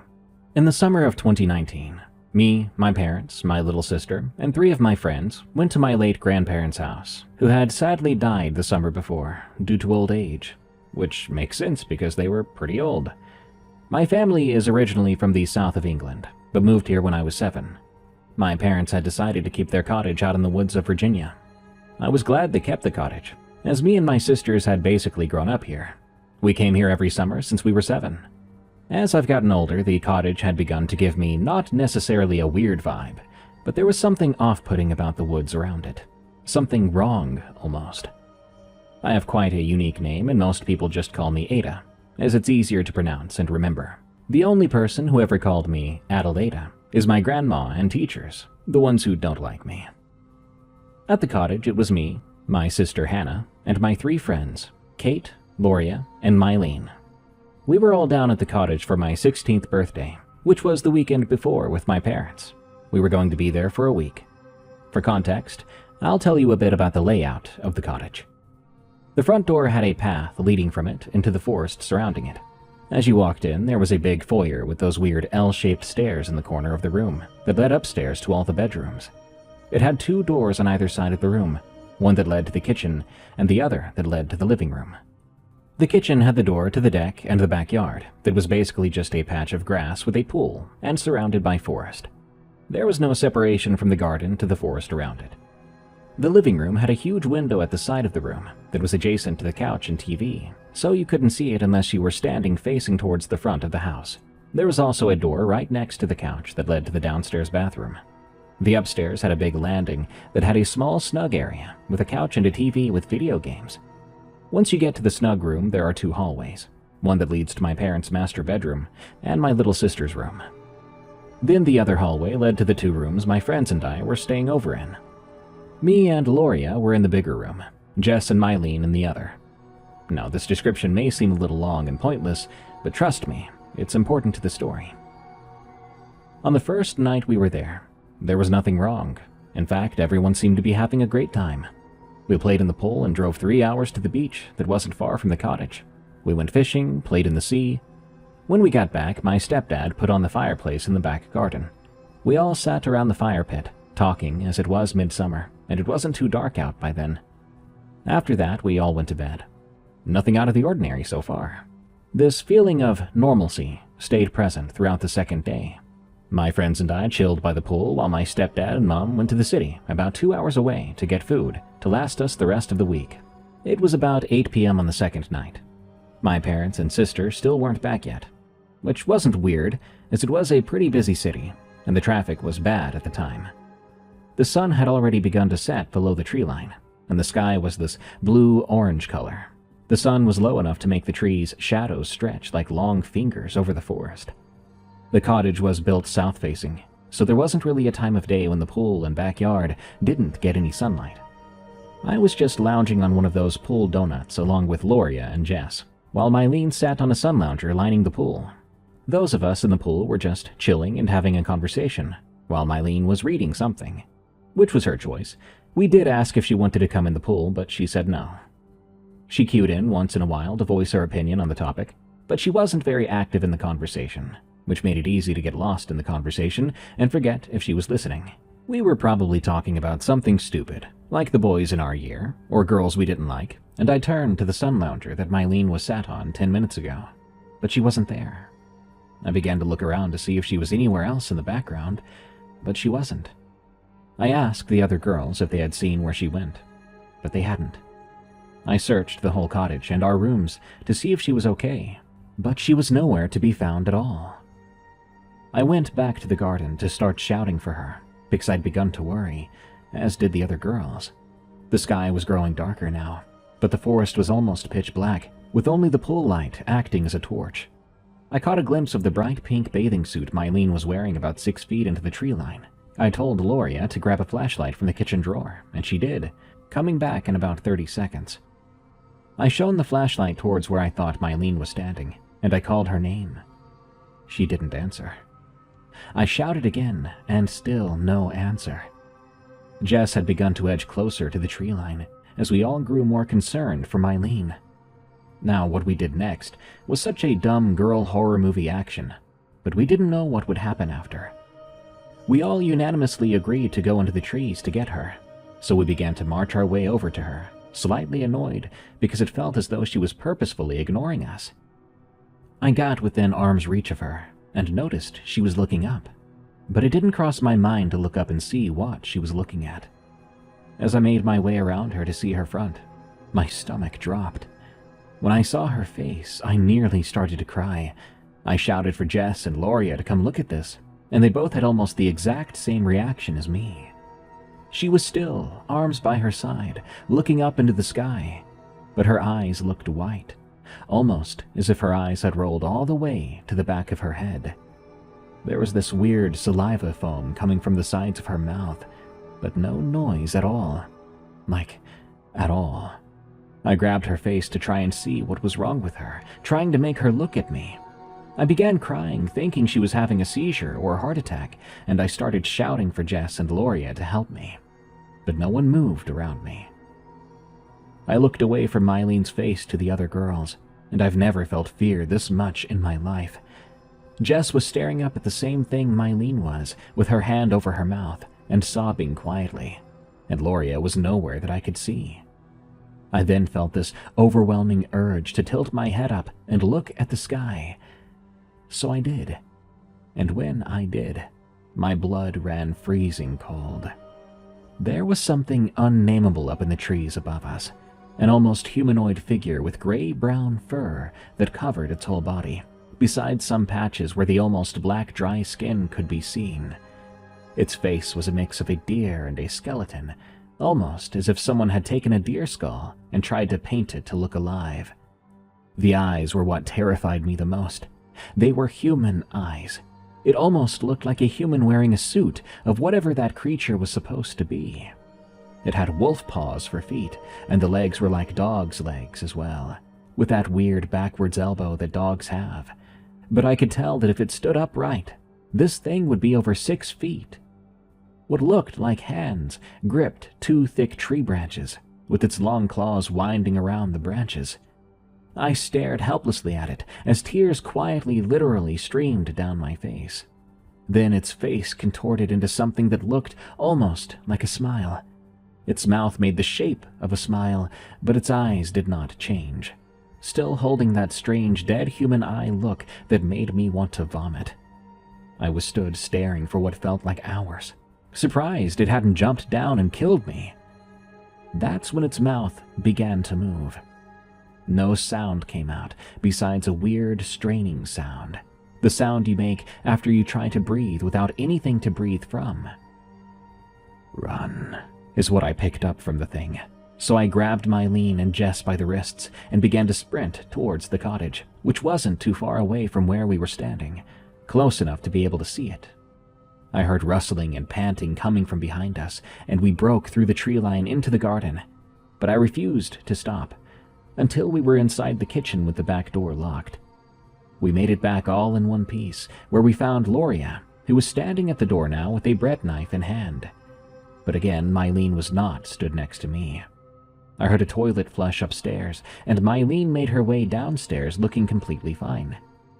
"Oh, are we done outside? Sorry, I had a quick shower while you guys were in the pool." "What? So you weren't just outside in the woods?" I asked her with the utmost confusion. "Those creepy as heck woods? Nah, you couldn't pay me to go in there." She said it so calmly and jokingly. I looked over at Jess, who was there with me the entire time, and she just let out a groan, sinking down the wall to sit on the floor. There was nothing in the garden directly, but I could see just enough to know it was out there, standing in the tree line around maybe 6'9", staring directly at us with those beady little eyes. Then I could just make out that disgusting, awkward smile as it retreated back into the forest, right as I heard my mom and stepdad pulling up in the driveway. We told her what had happened, expecting her not to believe us, but when I described what it was that we saw, her face went pale. "Whatever you do, do not go back into the woods after dark. I don't care what you see or who you think you see. It lies." I was surprised the girls wanted to stay the rest of the week after what had just happened. I expected them to make up some excuse and get their parents to pick me up, but they didn't. Nothing else happened for the next 2 days, probably because we stayed inside when it got dark, and when we were awake we kept all the lights on in the house. I'd begun to think that that may have been the only thing that would happen, until the second to last day. We were all set in the fire pit in the back garden just before the sun went down. My stepdad put the fire out before the sun dipped below the earth, and we all piled inside in the sitting room to watch TV. I went to go on my phone, but it wasn't anywhere at all. I couldn't find it. That's when I looked to the back garden from the big window of the living room, and there it was, on the seat in the fire pit. It had been a couple of days since what happened had happened, so I didn't feel that scared going out into the garden to grab my phone real quick. That's all I intended to do. I noticed that when I left the living room, Loria wasn't there. Normally, I would go look around the house for her, but this time I could remember so clearly that she had gone to her room to get changed out of her clothes because she had asked if she could borrow some of my PJs. It was so clear in my mind that I knew where everyone was, which gave me such an uneasy feeling, almost like my mind knew something I didn't, always taking mental notes of everything. I made it outside to the fire pit by the pool. The only thing audible was the soft sound of the water in the lightly lit pool. It was quiet, almost too quiet. I grabbed my phone and went to head towards the door to the kitchen when I heard a faint voice calling my name. Adelaide. It was quiet enough to be a whisper, but loud enough for me to not be imagining it. I ignored it, knowing what was out there, and I started towards the door. Adelaide. I froze in place. It was Loria's voice calling me from the tree line. She sounded stressed, maybe even pained, but still she had an almost joking or playful tone too. Exactly like her. Please help. I'm hurt. I fell over in the woods.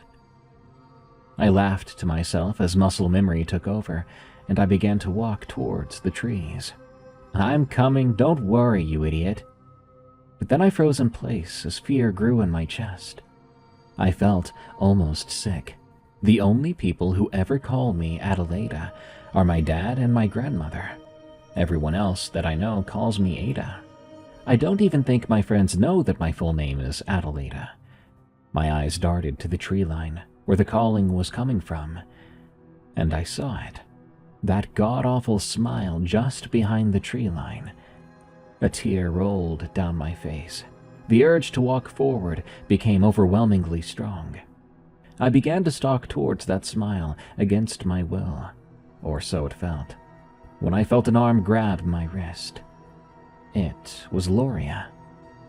Ada, what the heck are you doing? She said, as she looked over my shoulder to where I was walking towards. I don't know. I thought I heard you calling me from the woods.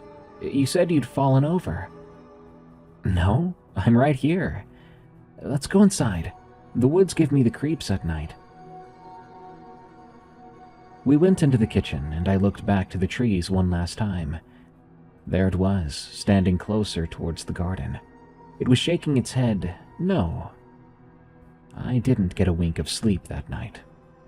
Thoughts raced through my mind. What would have happened if I went into the trees to that thing, if Loria hadn't come out to get me? Honestly, I didn't want to find out. We went home a day early, due to the weather, as it started thundering the last day. As we made our way out of the woods, a tree caught my eye. It was the tree that me and my grandma carved our names into. But she hadn't carved Ada into the tree. She had carved my whole name. The tree said, Adelaida and Grandma, with a huge 5-finger claw mark right below it. I never went back to the cottage after that time. Gladly so. Me, Loria, Jess, and Mylene stayed friends throughout the rest of school, and we frequently talked about what happened until the topic died down and became a distant, horrifying memory. I still meet up with them often, and the week gets brought up sometimes, but now we laugh and look back on it. Deep down, though, I know that whatever was in that forest was pure evil, and I often wonder what would have happened if I went into the woods. Would I still be here today? I'm 21 now. This happened years ago. I still have nightmares about that week, and sometimes when I'm alone and it's just quiet enough, I hear that voice, Loria's, softly shouting my full name, and it gives me chills every time. They are always listening. From My Life in Thriller Mode. This series of unfortunate events takes place in Latin America. Before I begin telling my story, it's important to understand my family's history. Chinese blood runs through my veins, and it is said that our ancestors practiced dark magic. It has always been kind of a taboo topic for us, the unspoken subject during family gatherings and dinner. With this in mind, it was not strange for me to be drawn to the unknown.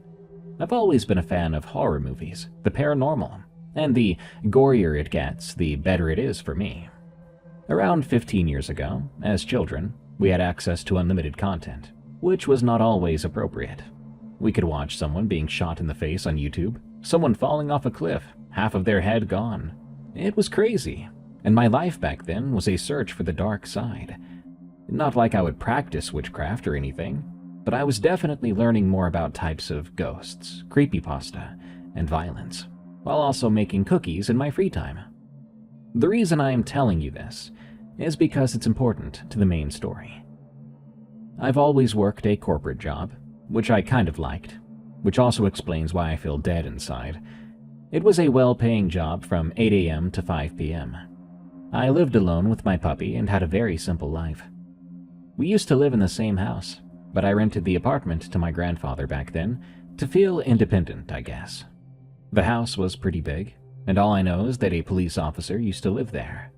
That was the story, nothing more than that. I'd also broken up with my boyfriend at the time, so you can imagine I was a mess. Those moments are very appealing to uninvited guests. A few parts of the encounters are blurry in my mind. Not sure if that is a good or bad thing, but as of right now, I feel it's a blessing. So it all started with bruises on my hands and arms while I was sleeping. I kept telling myself that I probably hit something during the night or earlier in the day and didn't remember. It had been a while since I'd seen my mother, and work was overwhelming. I was feeling tired all the time, and my dinners were mostly chicken noodle soup. I was getting ready for bed when I heard a voice whisper my name, Stephanie. A cold sensation ran through my body, and I couldn't move. Was what I just heard real? My puppy was right next to me, and he didn't want to leave my side. He was in a guard position. I decided it was probably the long workdays getting into my already weak mind. But then, the dreams started. I was alone in a supermarket. The shelves were full, and I couldn't see the end of them. I just kept walking endlessly through the giant aisles. I felt uncomfortable, like someone was watching me, getting closer, even though I couldn't hear footsteps. The lights began to flicker, and then I saw her, a tall woman with a thin figure. She had long gray hair and was wearing a white dress. Now that I think about it, it seemed more like a hospital gown. Her smile, I'll never forget that smile. It was twisted, stretching from one side to the other, like it would hurt to hold it that way. I couldn't move. I remember her running toward me, incredibly fast, holding a vessel. A blue vessel with strange symbols. To this day, I don't know what they meant, but I felt like she wanted me inside it. Suddenly, thank God, my legs responded, and I ran. I ran like my life depended on it, because it felt like it did. She was getting closer. I dropped to my knees and began to pray then. Angel of God, my guardian dear, to whom God's love commits me here, ever this day be at my side, to light and guard, to rule and guide. I repeated the prayer over and over again. I could see myself almost yelling at the thing to go away, and I felt protected by a warm force. I was so scared that I didn't even notice I was crying. And in the blink of an eye, I woke up. I was drenched in sweat. It took me a few minutes to catch my breath and to process what happened. I walked into the living room. At the time, I had fuchsia furniture. When I was about to sit down, I noticed something. Worms. Not just one, there were several. Small worms, still alive. Those worms, the kind that appear when something is rotten. I even had one fall from my hair while I was at work, and to this day I still don't know how they got there. It took me the rest of the night to clean everything, and I could not go back to sleep after that. I was miserable at work. I wasn't myself. I used to be the top performer, the one everyone would hate, but at that point, I didn't even care anymore. The weekend arrived, and I asked my friends to come over to cheer me up. We made sushi and started watching scary movies, and for the first time in weeks, I felt like my life was getting back to normal. I laughed, and just as they were about to leave, the patio door opened by itself. And I'm talking about a heavy metal door, opening all on its own. Then the TV turned off and on a couple of times. Everything happened so fast that even my friends didn't know what to do. They're into crystals and energy, so we decided to ignore it, to pretend nothing had happened. But the real turning point was yet to come. I decided to stay a few days with my mom. Maybe a change of environment was all I needed. During those 4 weeks, I lost around 20 pounds, and while some people might say I looked great, I did not feel great. One night we had a girls' night, ate pizza, and I had 2 days of such deep sleep that I felt like I would never wake up. I was starting to feel better. But on the drive back home, she said something that made my heart stop. She asked me if I was okay. That might sound normal to you, but I've always been good at hiding my feelings. So I asked, almost defensively, "Why do you ask?" She hesitated. "Last week before you arrived, I had a strange dream." "What was it about?" I asked. "I was in a white space. There was nobody there except the devil." I felt my chest tighten. "I was on my knees and he told me, 'I will take one of your sons with me.'" Now, my mom has always been very religious, so she said she started to pray. "He said again, 'I will take one of your sons with me.'" And so she prayed harder. "He just kept saying it, 'I will take one of your sons with me.'" She said the voice became angrier, frustrated by her prayers. "And I said to him, 'I will not give you any of my sons.'" She said the dream went on for what felt like hours. She woke up, at last, crying. When she finished telling me, there was a long silence. I was having this internal battle, deciding whether to tell her everything that had been happening to me. But I knew I needed help, so I told her everything. About the worms and bruises and the lights, everything. Her expression changed. Not angry, just sad. Like she was hurt that I would keep all of this from her.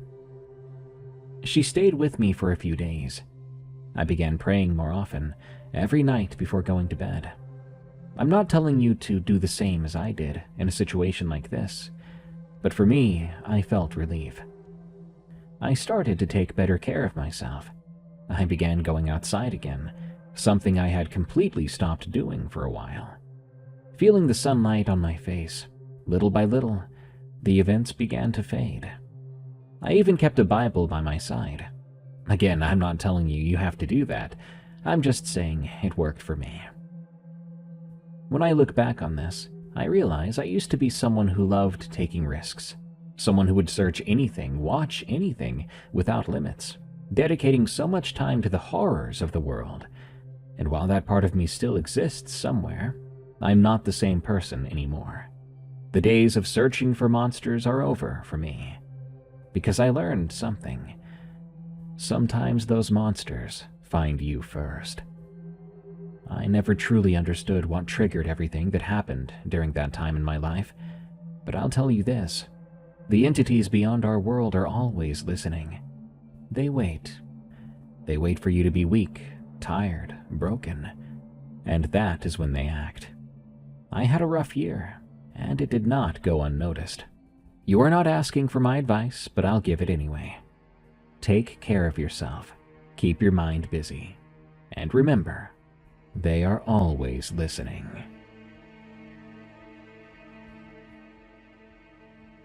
My Dogman/Wolfman encounter. From Jason from Texas. Me, my wife, and my son were on our way back home from seeing a movie. So, needless to say, we were in a good mood. We were laughing and joking around about the movie we just saw. It was a Marvel movie, if I remember right, but I can't be sure which one. Anyway, we live in a small farming town in Texas. So that in itself should tell you what it kind of looks like here. As we were slowing down a bit, coming around a curve into the outside of town, right before the turnoff to get onto the street we live on, there was what I thought was a darn big wild hog in the middle of the road, eating something. Now, if you live out in the country, you know you don't want to hit or get hit by a wild hog, and it doesn't matter what kind of vehicle you're in. So I slowed down, way down. I sat there for about a minute, and the thing didn't move. So I decided to flash my lights to maybe spook him, so it would run off. But when I did that, something didn't look right. So I flipped on my brights and regretted it almost immediately. For reference here, I'm in a 4x4 Chevy Avalanche with a grill guard, so I sit up off the ground a little ways. When this thing stood up, it was head and shoulders above my cab. As he stood up, and yes, it was a he, because it was very plain to see, I heard my son say, "Dad, what the heck is that?" And my wife was crying, saying, "Oh my God," as the thing turned around to glare at me.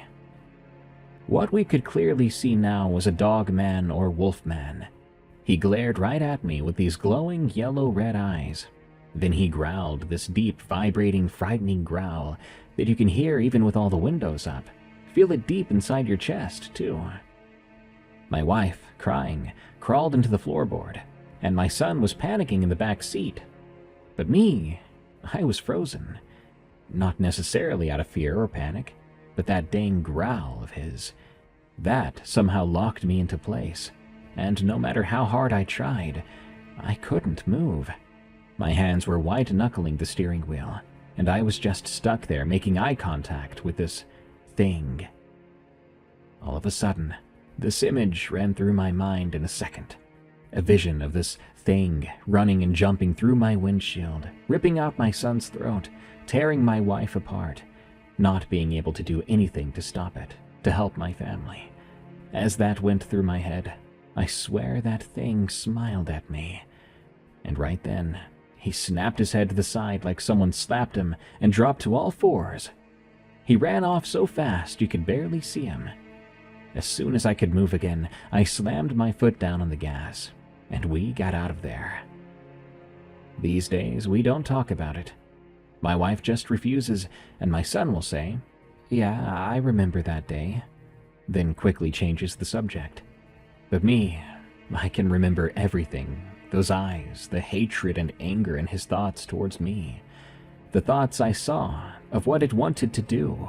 To this day, it frightens me, and I hope and pray I never see it again. Something terrific for you guys to hear about. From Snowpup1. I have a horror story that happened to me in 11th grade, and it was horrific.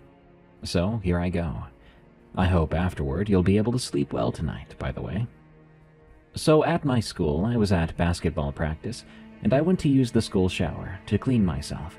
But I'd slipped and woke up a few hours later in the darkness. When I got up, I heard heavy breathing, and I went to find out what the noise was. I stood there, paralyzed, the cold tile stinging my bare feet. The heavy breathing wasn't coming from the stalls. It was coming from the shadows near the back equipment cage.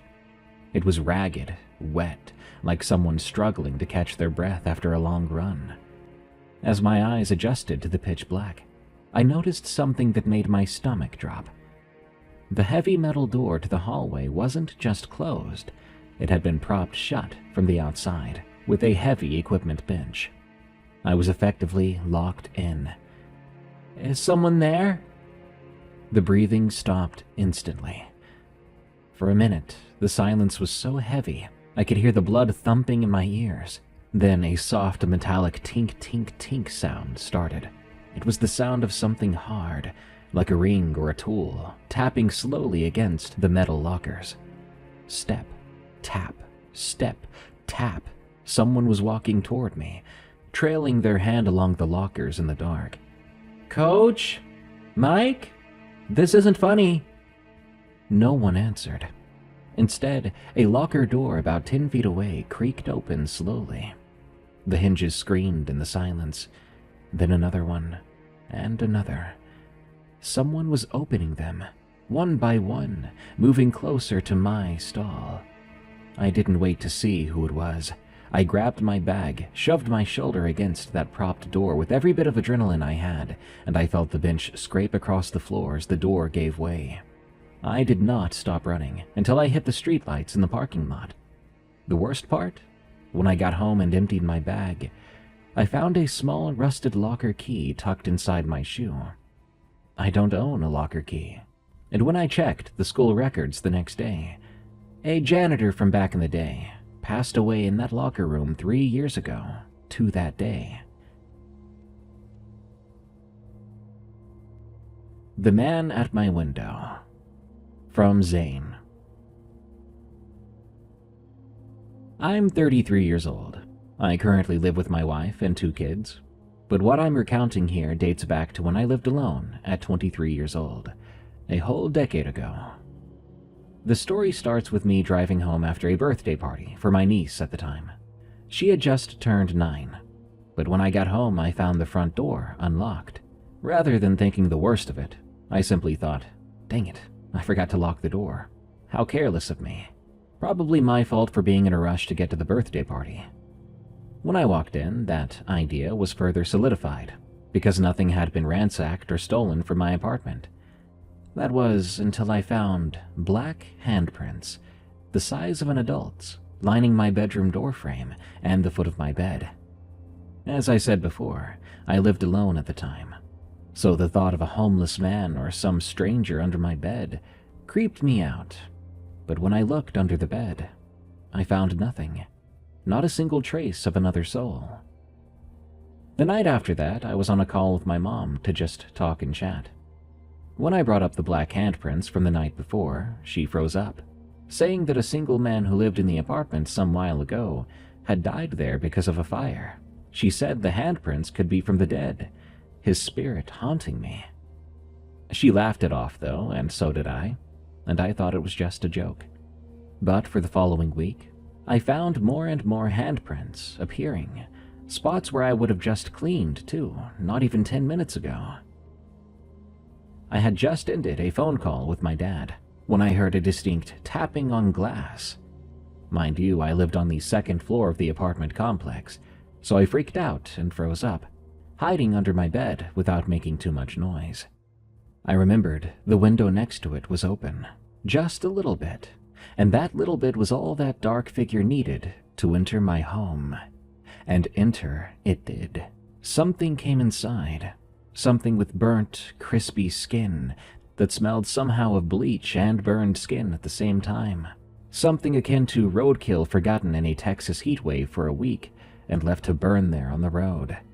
As the figure moved throughout the apartment, I heard it searching the closet just 3 feet away from where I lay hidden, searching for me. It was about to find me when I heard a ring. I'd left my phone downstairs, and it was now ringing. I knew this was my chance. While it was distracted, I bolted out of my hiding spot and landed in the bushes outside my window about 15 feet down. By some miracle, I landed softly. Even so, I heard it coming for me. I always kept my keys clipped to my side. If I hadn't, I'm not sure I would be here right now. But I got to my car and I started it. I reversed, skidding and speeding away. I didn't stop driving until I made it to where my parents lived. Even to this day, I have nightmares about what I saw and what happened. Was that a real person, or a demon, or a very angry spirit? May God have mercy on us all. I won't dare go back there. From Ace of Spades 666. This happened a few weeks ago. Me and my siblings were out of school for Easter break. Part of our tradition for being out of school for Easter was to go up to my grandparents' house. They live in Maryland, in the Appalachian Mountain region, and behind their house there's this hilly area with lots of grass and rocks. But behind that, there's an area with lots of trees, and part of that area is a small, almost completely hidden trail. You can go back there for a few miles, I'm sure. Part of my fun there was going back there alone. What a stupid idea that was. We live in a really flat area by the ocean, and the mountains are magical. Being out there alone feels like a gift, and in fact it is, when you're not being stalked by some horrifying thing. This is where the story starts. I was regularly out there alone. I would walk until I got to a large fallen tree. The reason I did not want to go past it was because I couldn't see the house anymore at that point, and I did not want to get lost out in the woods. So on the day that I'm going to tell you about, I was walking back there, and I finally reached the fallen tree. So I decided to turn around and keep walking. But a few seconds after I turned around, I got that feeling. You know, that feeling you get when something is about to extend its hand to touch you. That was the feeling, and it gave me chills. I decided to run as fast as I could and to get back to the exit of the trail, and luckily I made it. Once I left, I just stayed inside for the rest of the day. The next day I made the dumb decision to go back in, because I'm an idiot. I honestly don't know what I was thinking. It's probably because I felt brave. I'd possibly discovered something, and I had a big pocket knife. I would probably be fine, right? So when I went back, everything seemed normal for the first few minutes. But then the music I was listening to changed to this extremely quiet song. The kind that's so quiet, you can hear everything around you while listening to it. And as a follower of the paranormal and someone who knows a lot about the Appalachian Mountains, I know that when the forest goes quiet around you, nothing good is about to happen. And in fact, in that moment, the forest went quiet around me. Once again, I decided to turn around and not look back. But as I was walking, I swear I saw something in my peripheral vision, keeping pace with me behind some trees. Its skinny, pale form seemed almost human, but too tall and wrong. I wanted to run like I did before, to get the heck out of that area, but I was scared to run this time. I was worried if I did, it would trigger the thing to pursue me, and I didn't know if I could outrun it. So I just walked as calmly as I could, and eventually I got back to the exit of the small trail. And once I did, I ran as fast as I could, but decided to still stay outside. Again, because I'm an idiot. I stayed outside until it got darker, and I couldn't really see a few feet in front of me anymore. That's when I heard footsteps, and you may be saying, oh, it's probably just a fox or a deer. But these were heavy footsteps, and it sounded like it was on 2 feet.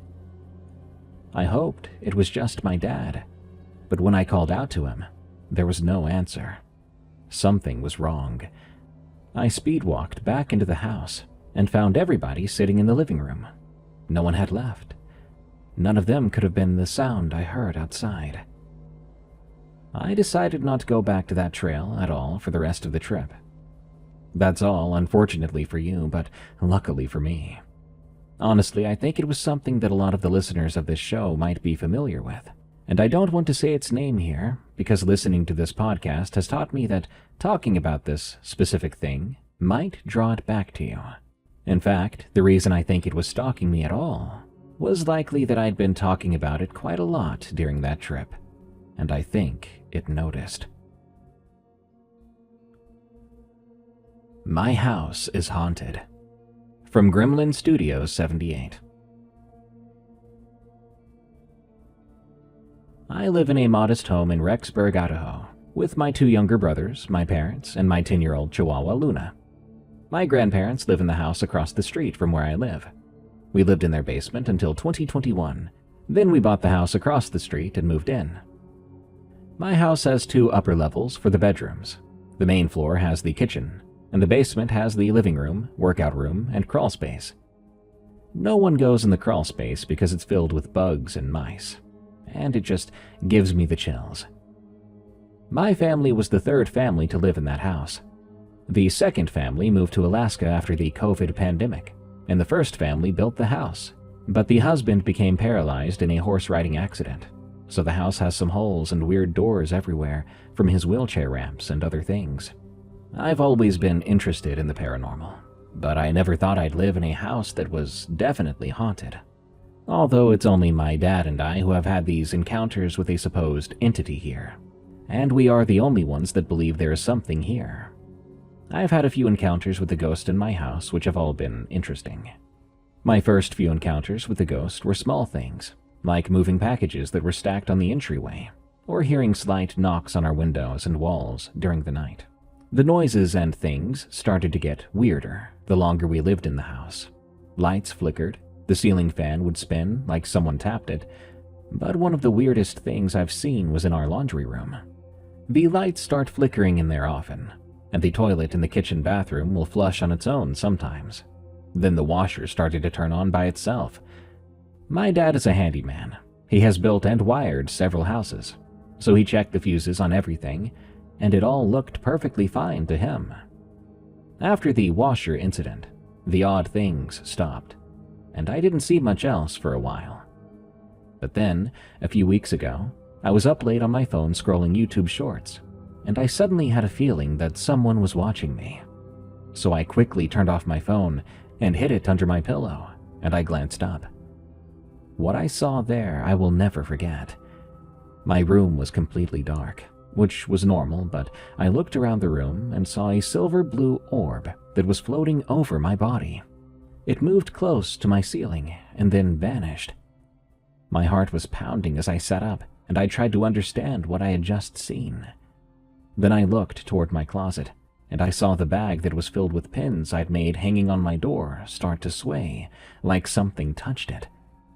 I told my dad about the experience, but not about me being on my phone, because I wasn't supposed to be on it at the time. Then he told me that sometimes when he would walk into the kitchen from the garage or laundry room, he would see a figure standing in the corner by my desk, and when he would turn towards it, it would be gone. This would happen sometimes, so it couldn't just be weird lighting or bad eyesight. Sometimes I feel like I'm being watched, which I've gotten used to, considering most of the time the feeling is more of a watching over me feeling. Rarely is it ever hostile, though it has been on some occasions. I don't know the whole lore to the house just yet, and I've not caught anything on camera yet, but I truly believe that I have some sort of attachment, considering most of the encounters had something to do with me. I've become used to these things, but I felt like I needed to share this with someone else, so now it no longer has to be just me and my dad knowing about it. It got inside my house. From Ginger Kid. These incidents have been happening for around 12 years now, but last night, it was brave enough to make a move. For full context, we'll go back to the summer of 2013. I was 6 years old when I went to summer camp for the first time with Cub Scouts. It was late at night, and I woke up to use the bathroom. I also completely ignored the buddy system. As we were out in the woods, the bathroom was just a latrine, about 200 feet away from the site my pack was set up at. I unzipped the door of the two-person tent that I had to myself, and I stepped outside. It was dark, pitch dark, save for the sparse moonlight that reached the ground through the tree canopy. As I made my way, I could have sworn I'd heard something behind me, but I didn't see anything. I thought it was a deer, some other animal Appalachia is known for. And then I saw it. Off about 30 feet to my left was a pale, tall thing with no facial features I could make out, given the dim light, except its eyes. And they were so wrong. They were too far apart and too small, with no sclera, just black voids that seemed to pierce my soul. It ran away, and I didn't see it again. Well, back in May of last year, I awoke to the sound of tapping on my window, and when I looked outside, I saw nothing, and I was sure of that, because the street I live on is very well lit. I got back in bed, and a few minutes after that, I heard my mom calling out, not targeted towards me, but just calling out. The thing was, at the time, she was at work, 20 minutes away from my house. This was the first time I ever felt true fear, because I'd recently learned about skinwalkers. I panicked, running to my parents' room, and I fell asleep in there. That was the last of it, or at least that's what I thought to myself to help me stay calm. Because then there was last night. I was home alone because my parents had to go to an event for work. I was lying in bed, just reading a comic book, when I heard something moving outside my window. I looked outside, which was the first of my mistakes. It moved around to the back of my house and I followed. I don't know why. I guess I was just curious, not really having much else to do. It stopped about 20 feet from the kitchen window. I parted a small gap in the blind and saw it. This weird dog thing. It had the same void eyes. I gasped, and it hurt me. It looked at me. I should have reacted faster, because when I finally went to run, it had already scrambled onto my porch. I heard it, trying to open the back door, fiddling around with the doorknob. I ran upstairs to my parents' room, grabbing the Remington SP-10 that my dad got for if someone ever broke in. I grabbed 18 shells, excluding the 3 already loaded into it, and I ran up into the attic. Then I heard glass. The thing had broken down the door. I was terrified. I really thought I was about to die. I heard it moving around on all fours. First, it was in the living room. I assume when it didn't find what it was looking for, it moved up to the 2nd floor. Then the attic door suddenly broke. No lead-up, no warning. It moved slowly, terrifyingly slow, like it knew I was there and that I was scared. It felt like it was toying with me. Every 15, maybe 20 seconds, a step. I heard it inch a bit further. 5 minutes passed, and I'd fully lost track of how far it had gotten inside. I was just too blinded by fear. I then saw its head, its neck, arms, torso. It was facing me, standing up on its back legs. Its arms were longer than its legs, and it was so horribly thin, like it hadn't had food in weeks. It just stood there, eyeing me down like a predator to prey. Prey that was too scared to move. But somewhere inside, I found courage. I aimed, and I fired. I shot at it 3 times. It staggered back a bit, and I reloaded the gun as fast as I possibly could. Another 3 shots hit it center mass. I kept going, until I had no more ammunition. It was dead, I thought. After that many slugs, I'm not sure any of them even missed. I sat there crying to myself. I didn't know what to do. I ran down to the 2nd floor. All the doors were open, everything, cabinets, dressers, beds thrown around. It had been looking for me. I called my parents, then the police. But by the time anyone showed up and went to investigate what I told them about in the attic, they didn't find a body. My parents were extremely concerned and confused. We packed up suitcases and started driving. And for now, we've been staying at a hotel in South Carolina. And I have no idea how long we're gonna be here. While I do miss my home, I'm scared of ever seeing that thing again, whatever it was. What is it with people killing or nearly killing the bad guy and just walking away? If the monster that had been hunting me down all summer appeared in my room and I shot it 20 times, I wouldn't just walk away and go call mommy and daddy. I'd be finding a gallon of gasoline and some matches.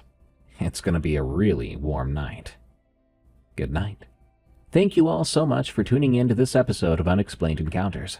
I've been your host, Darkness Prevails.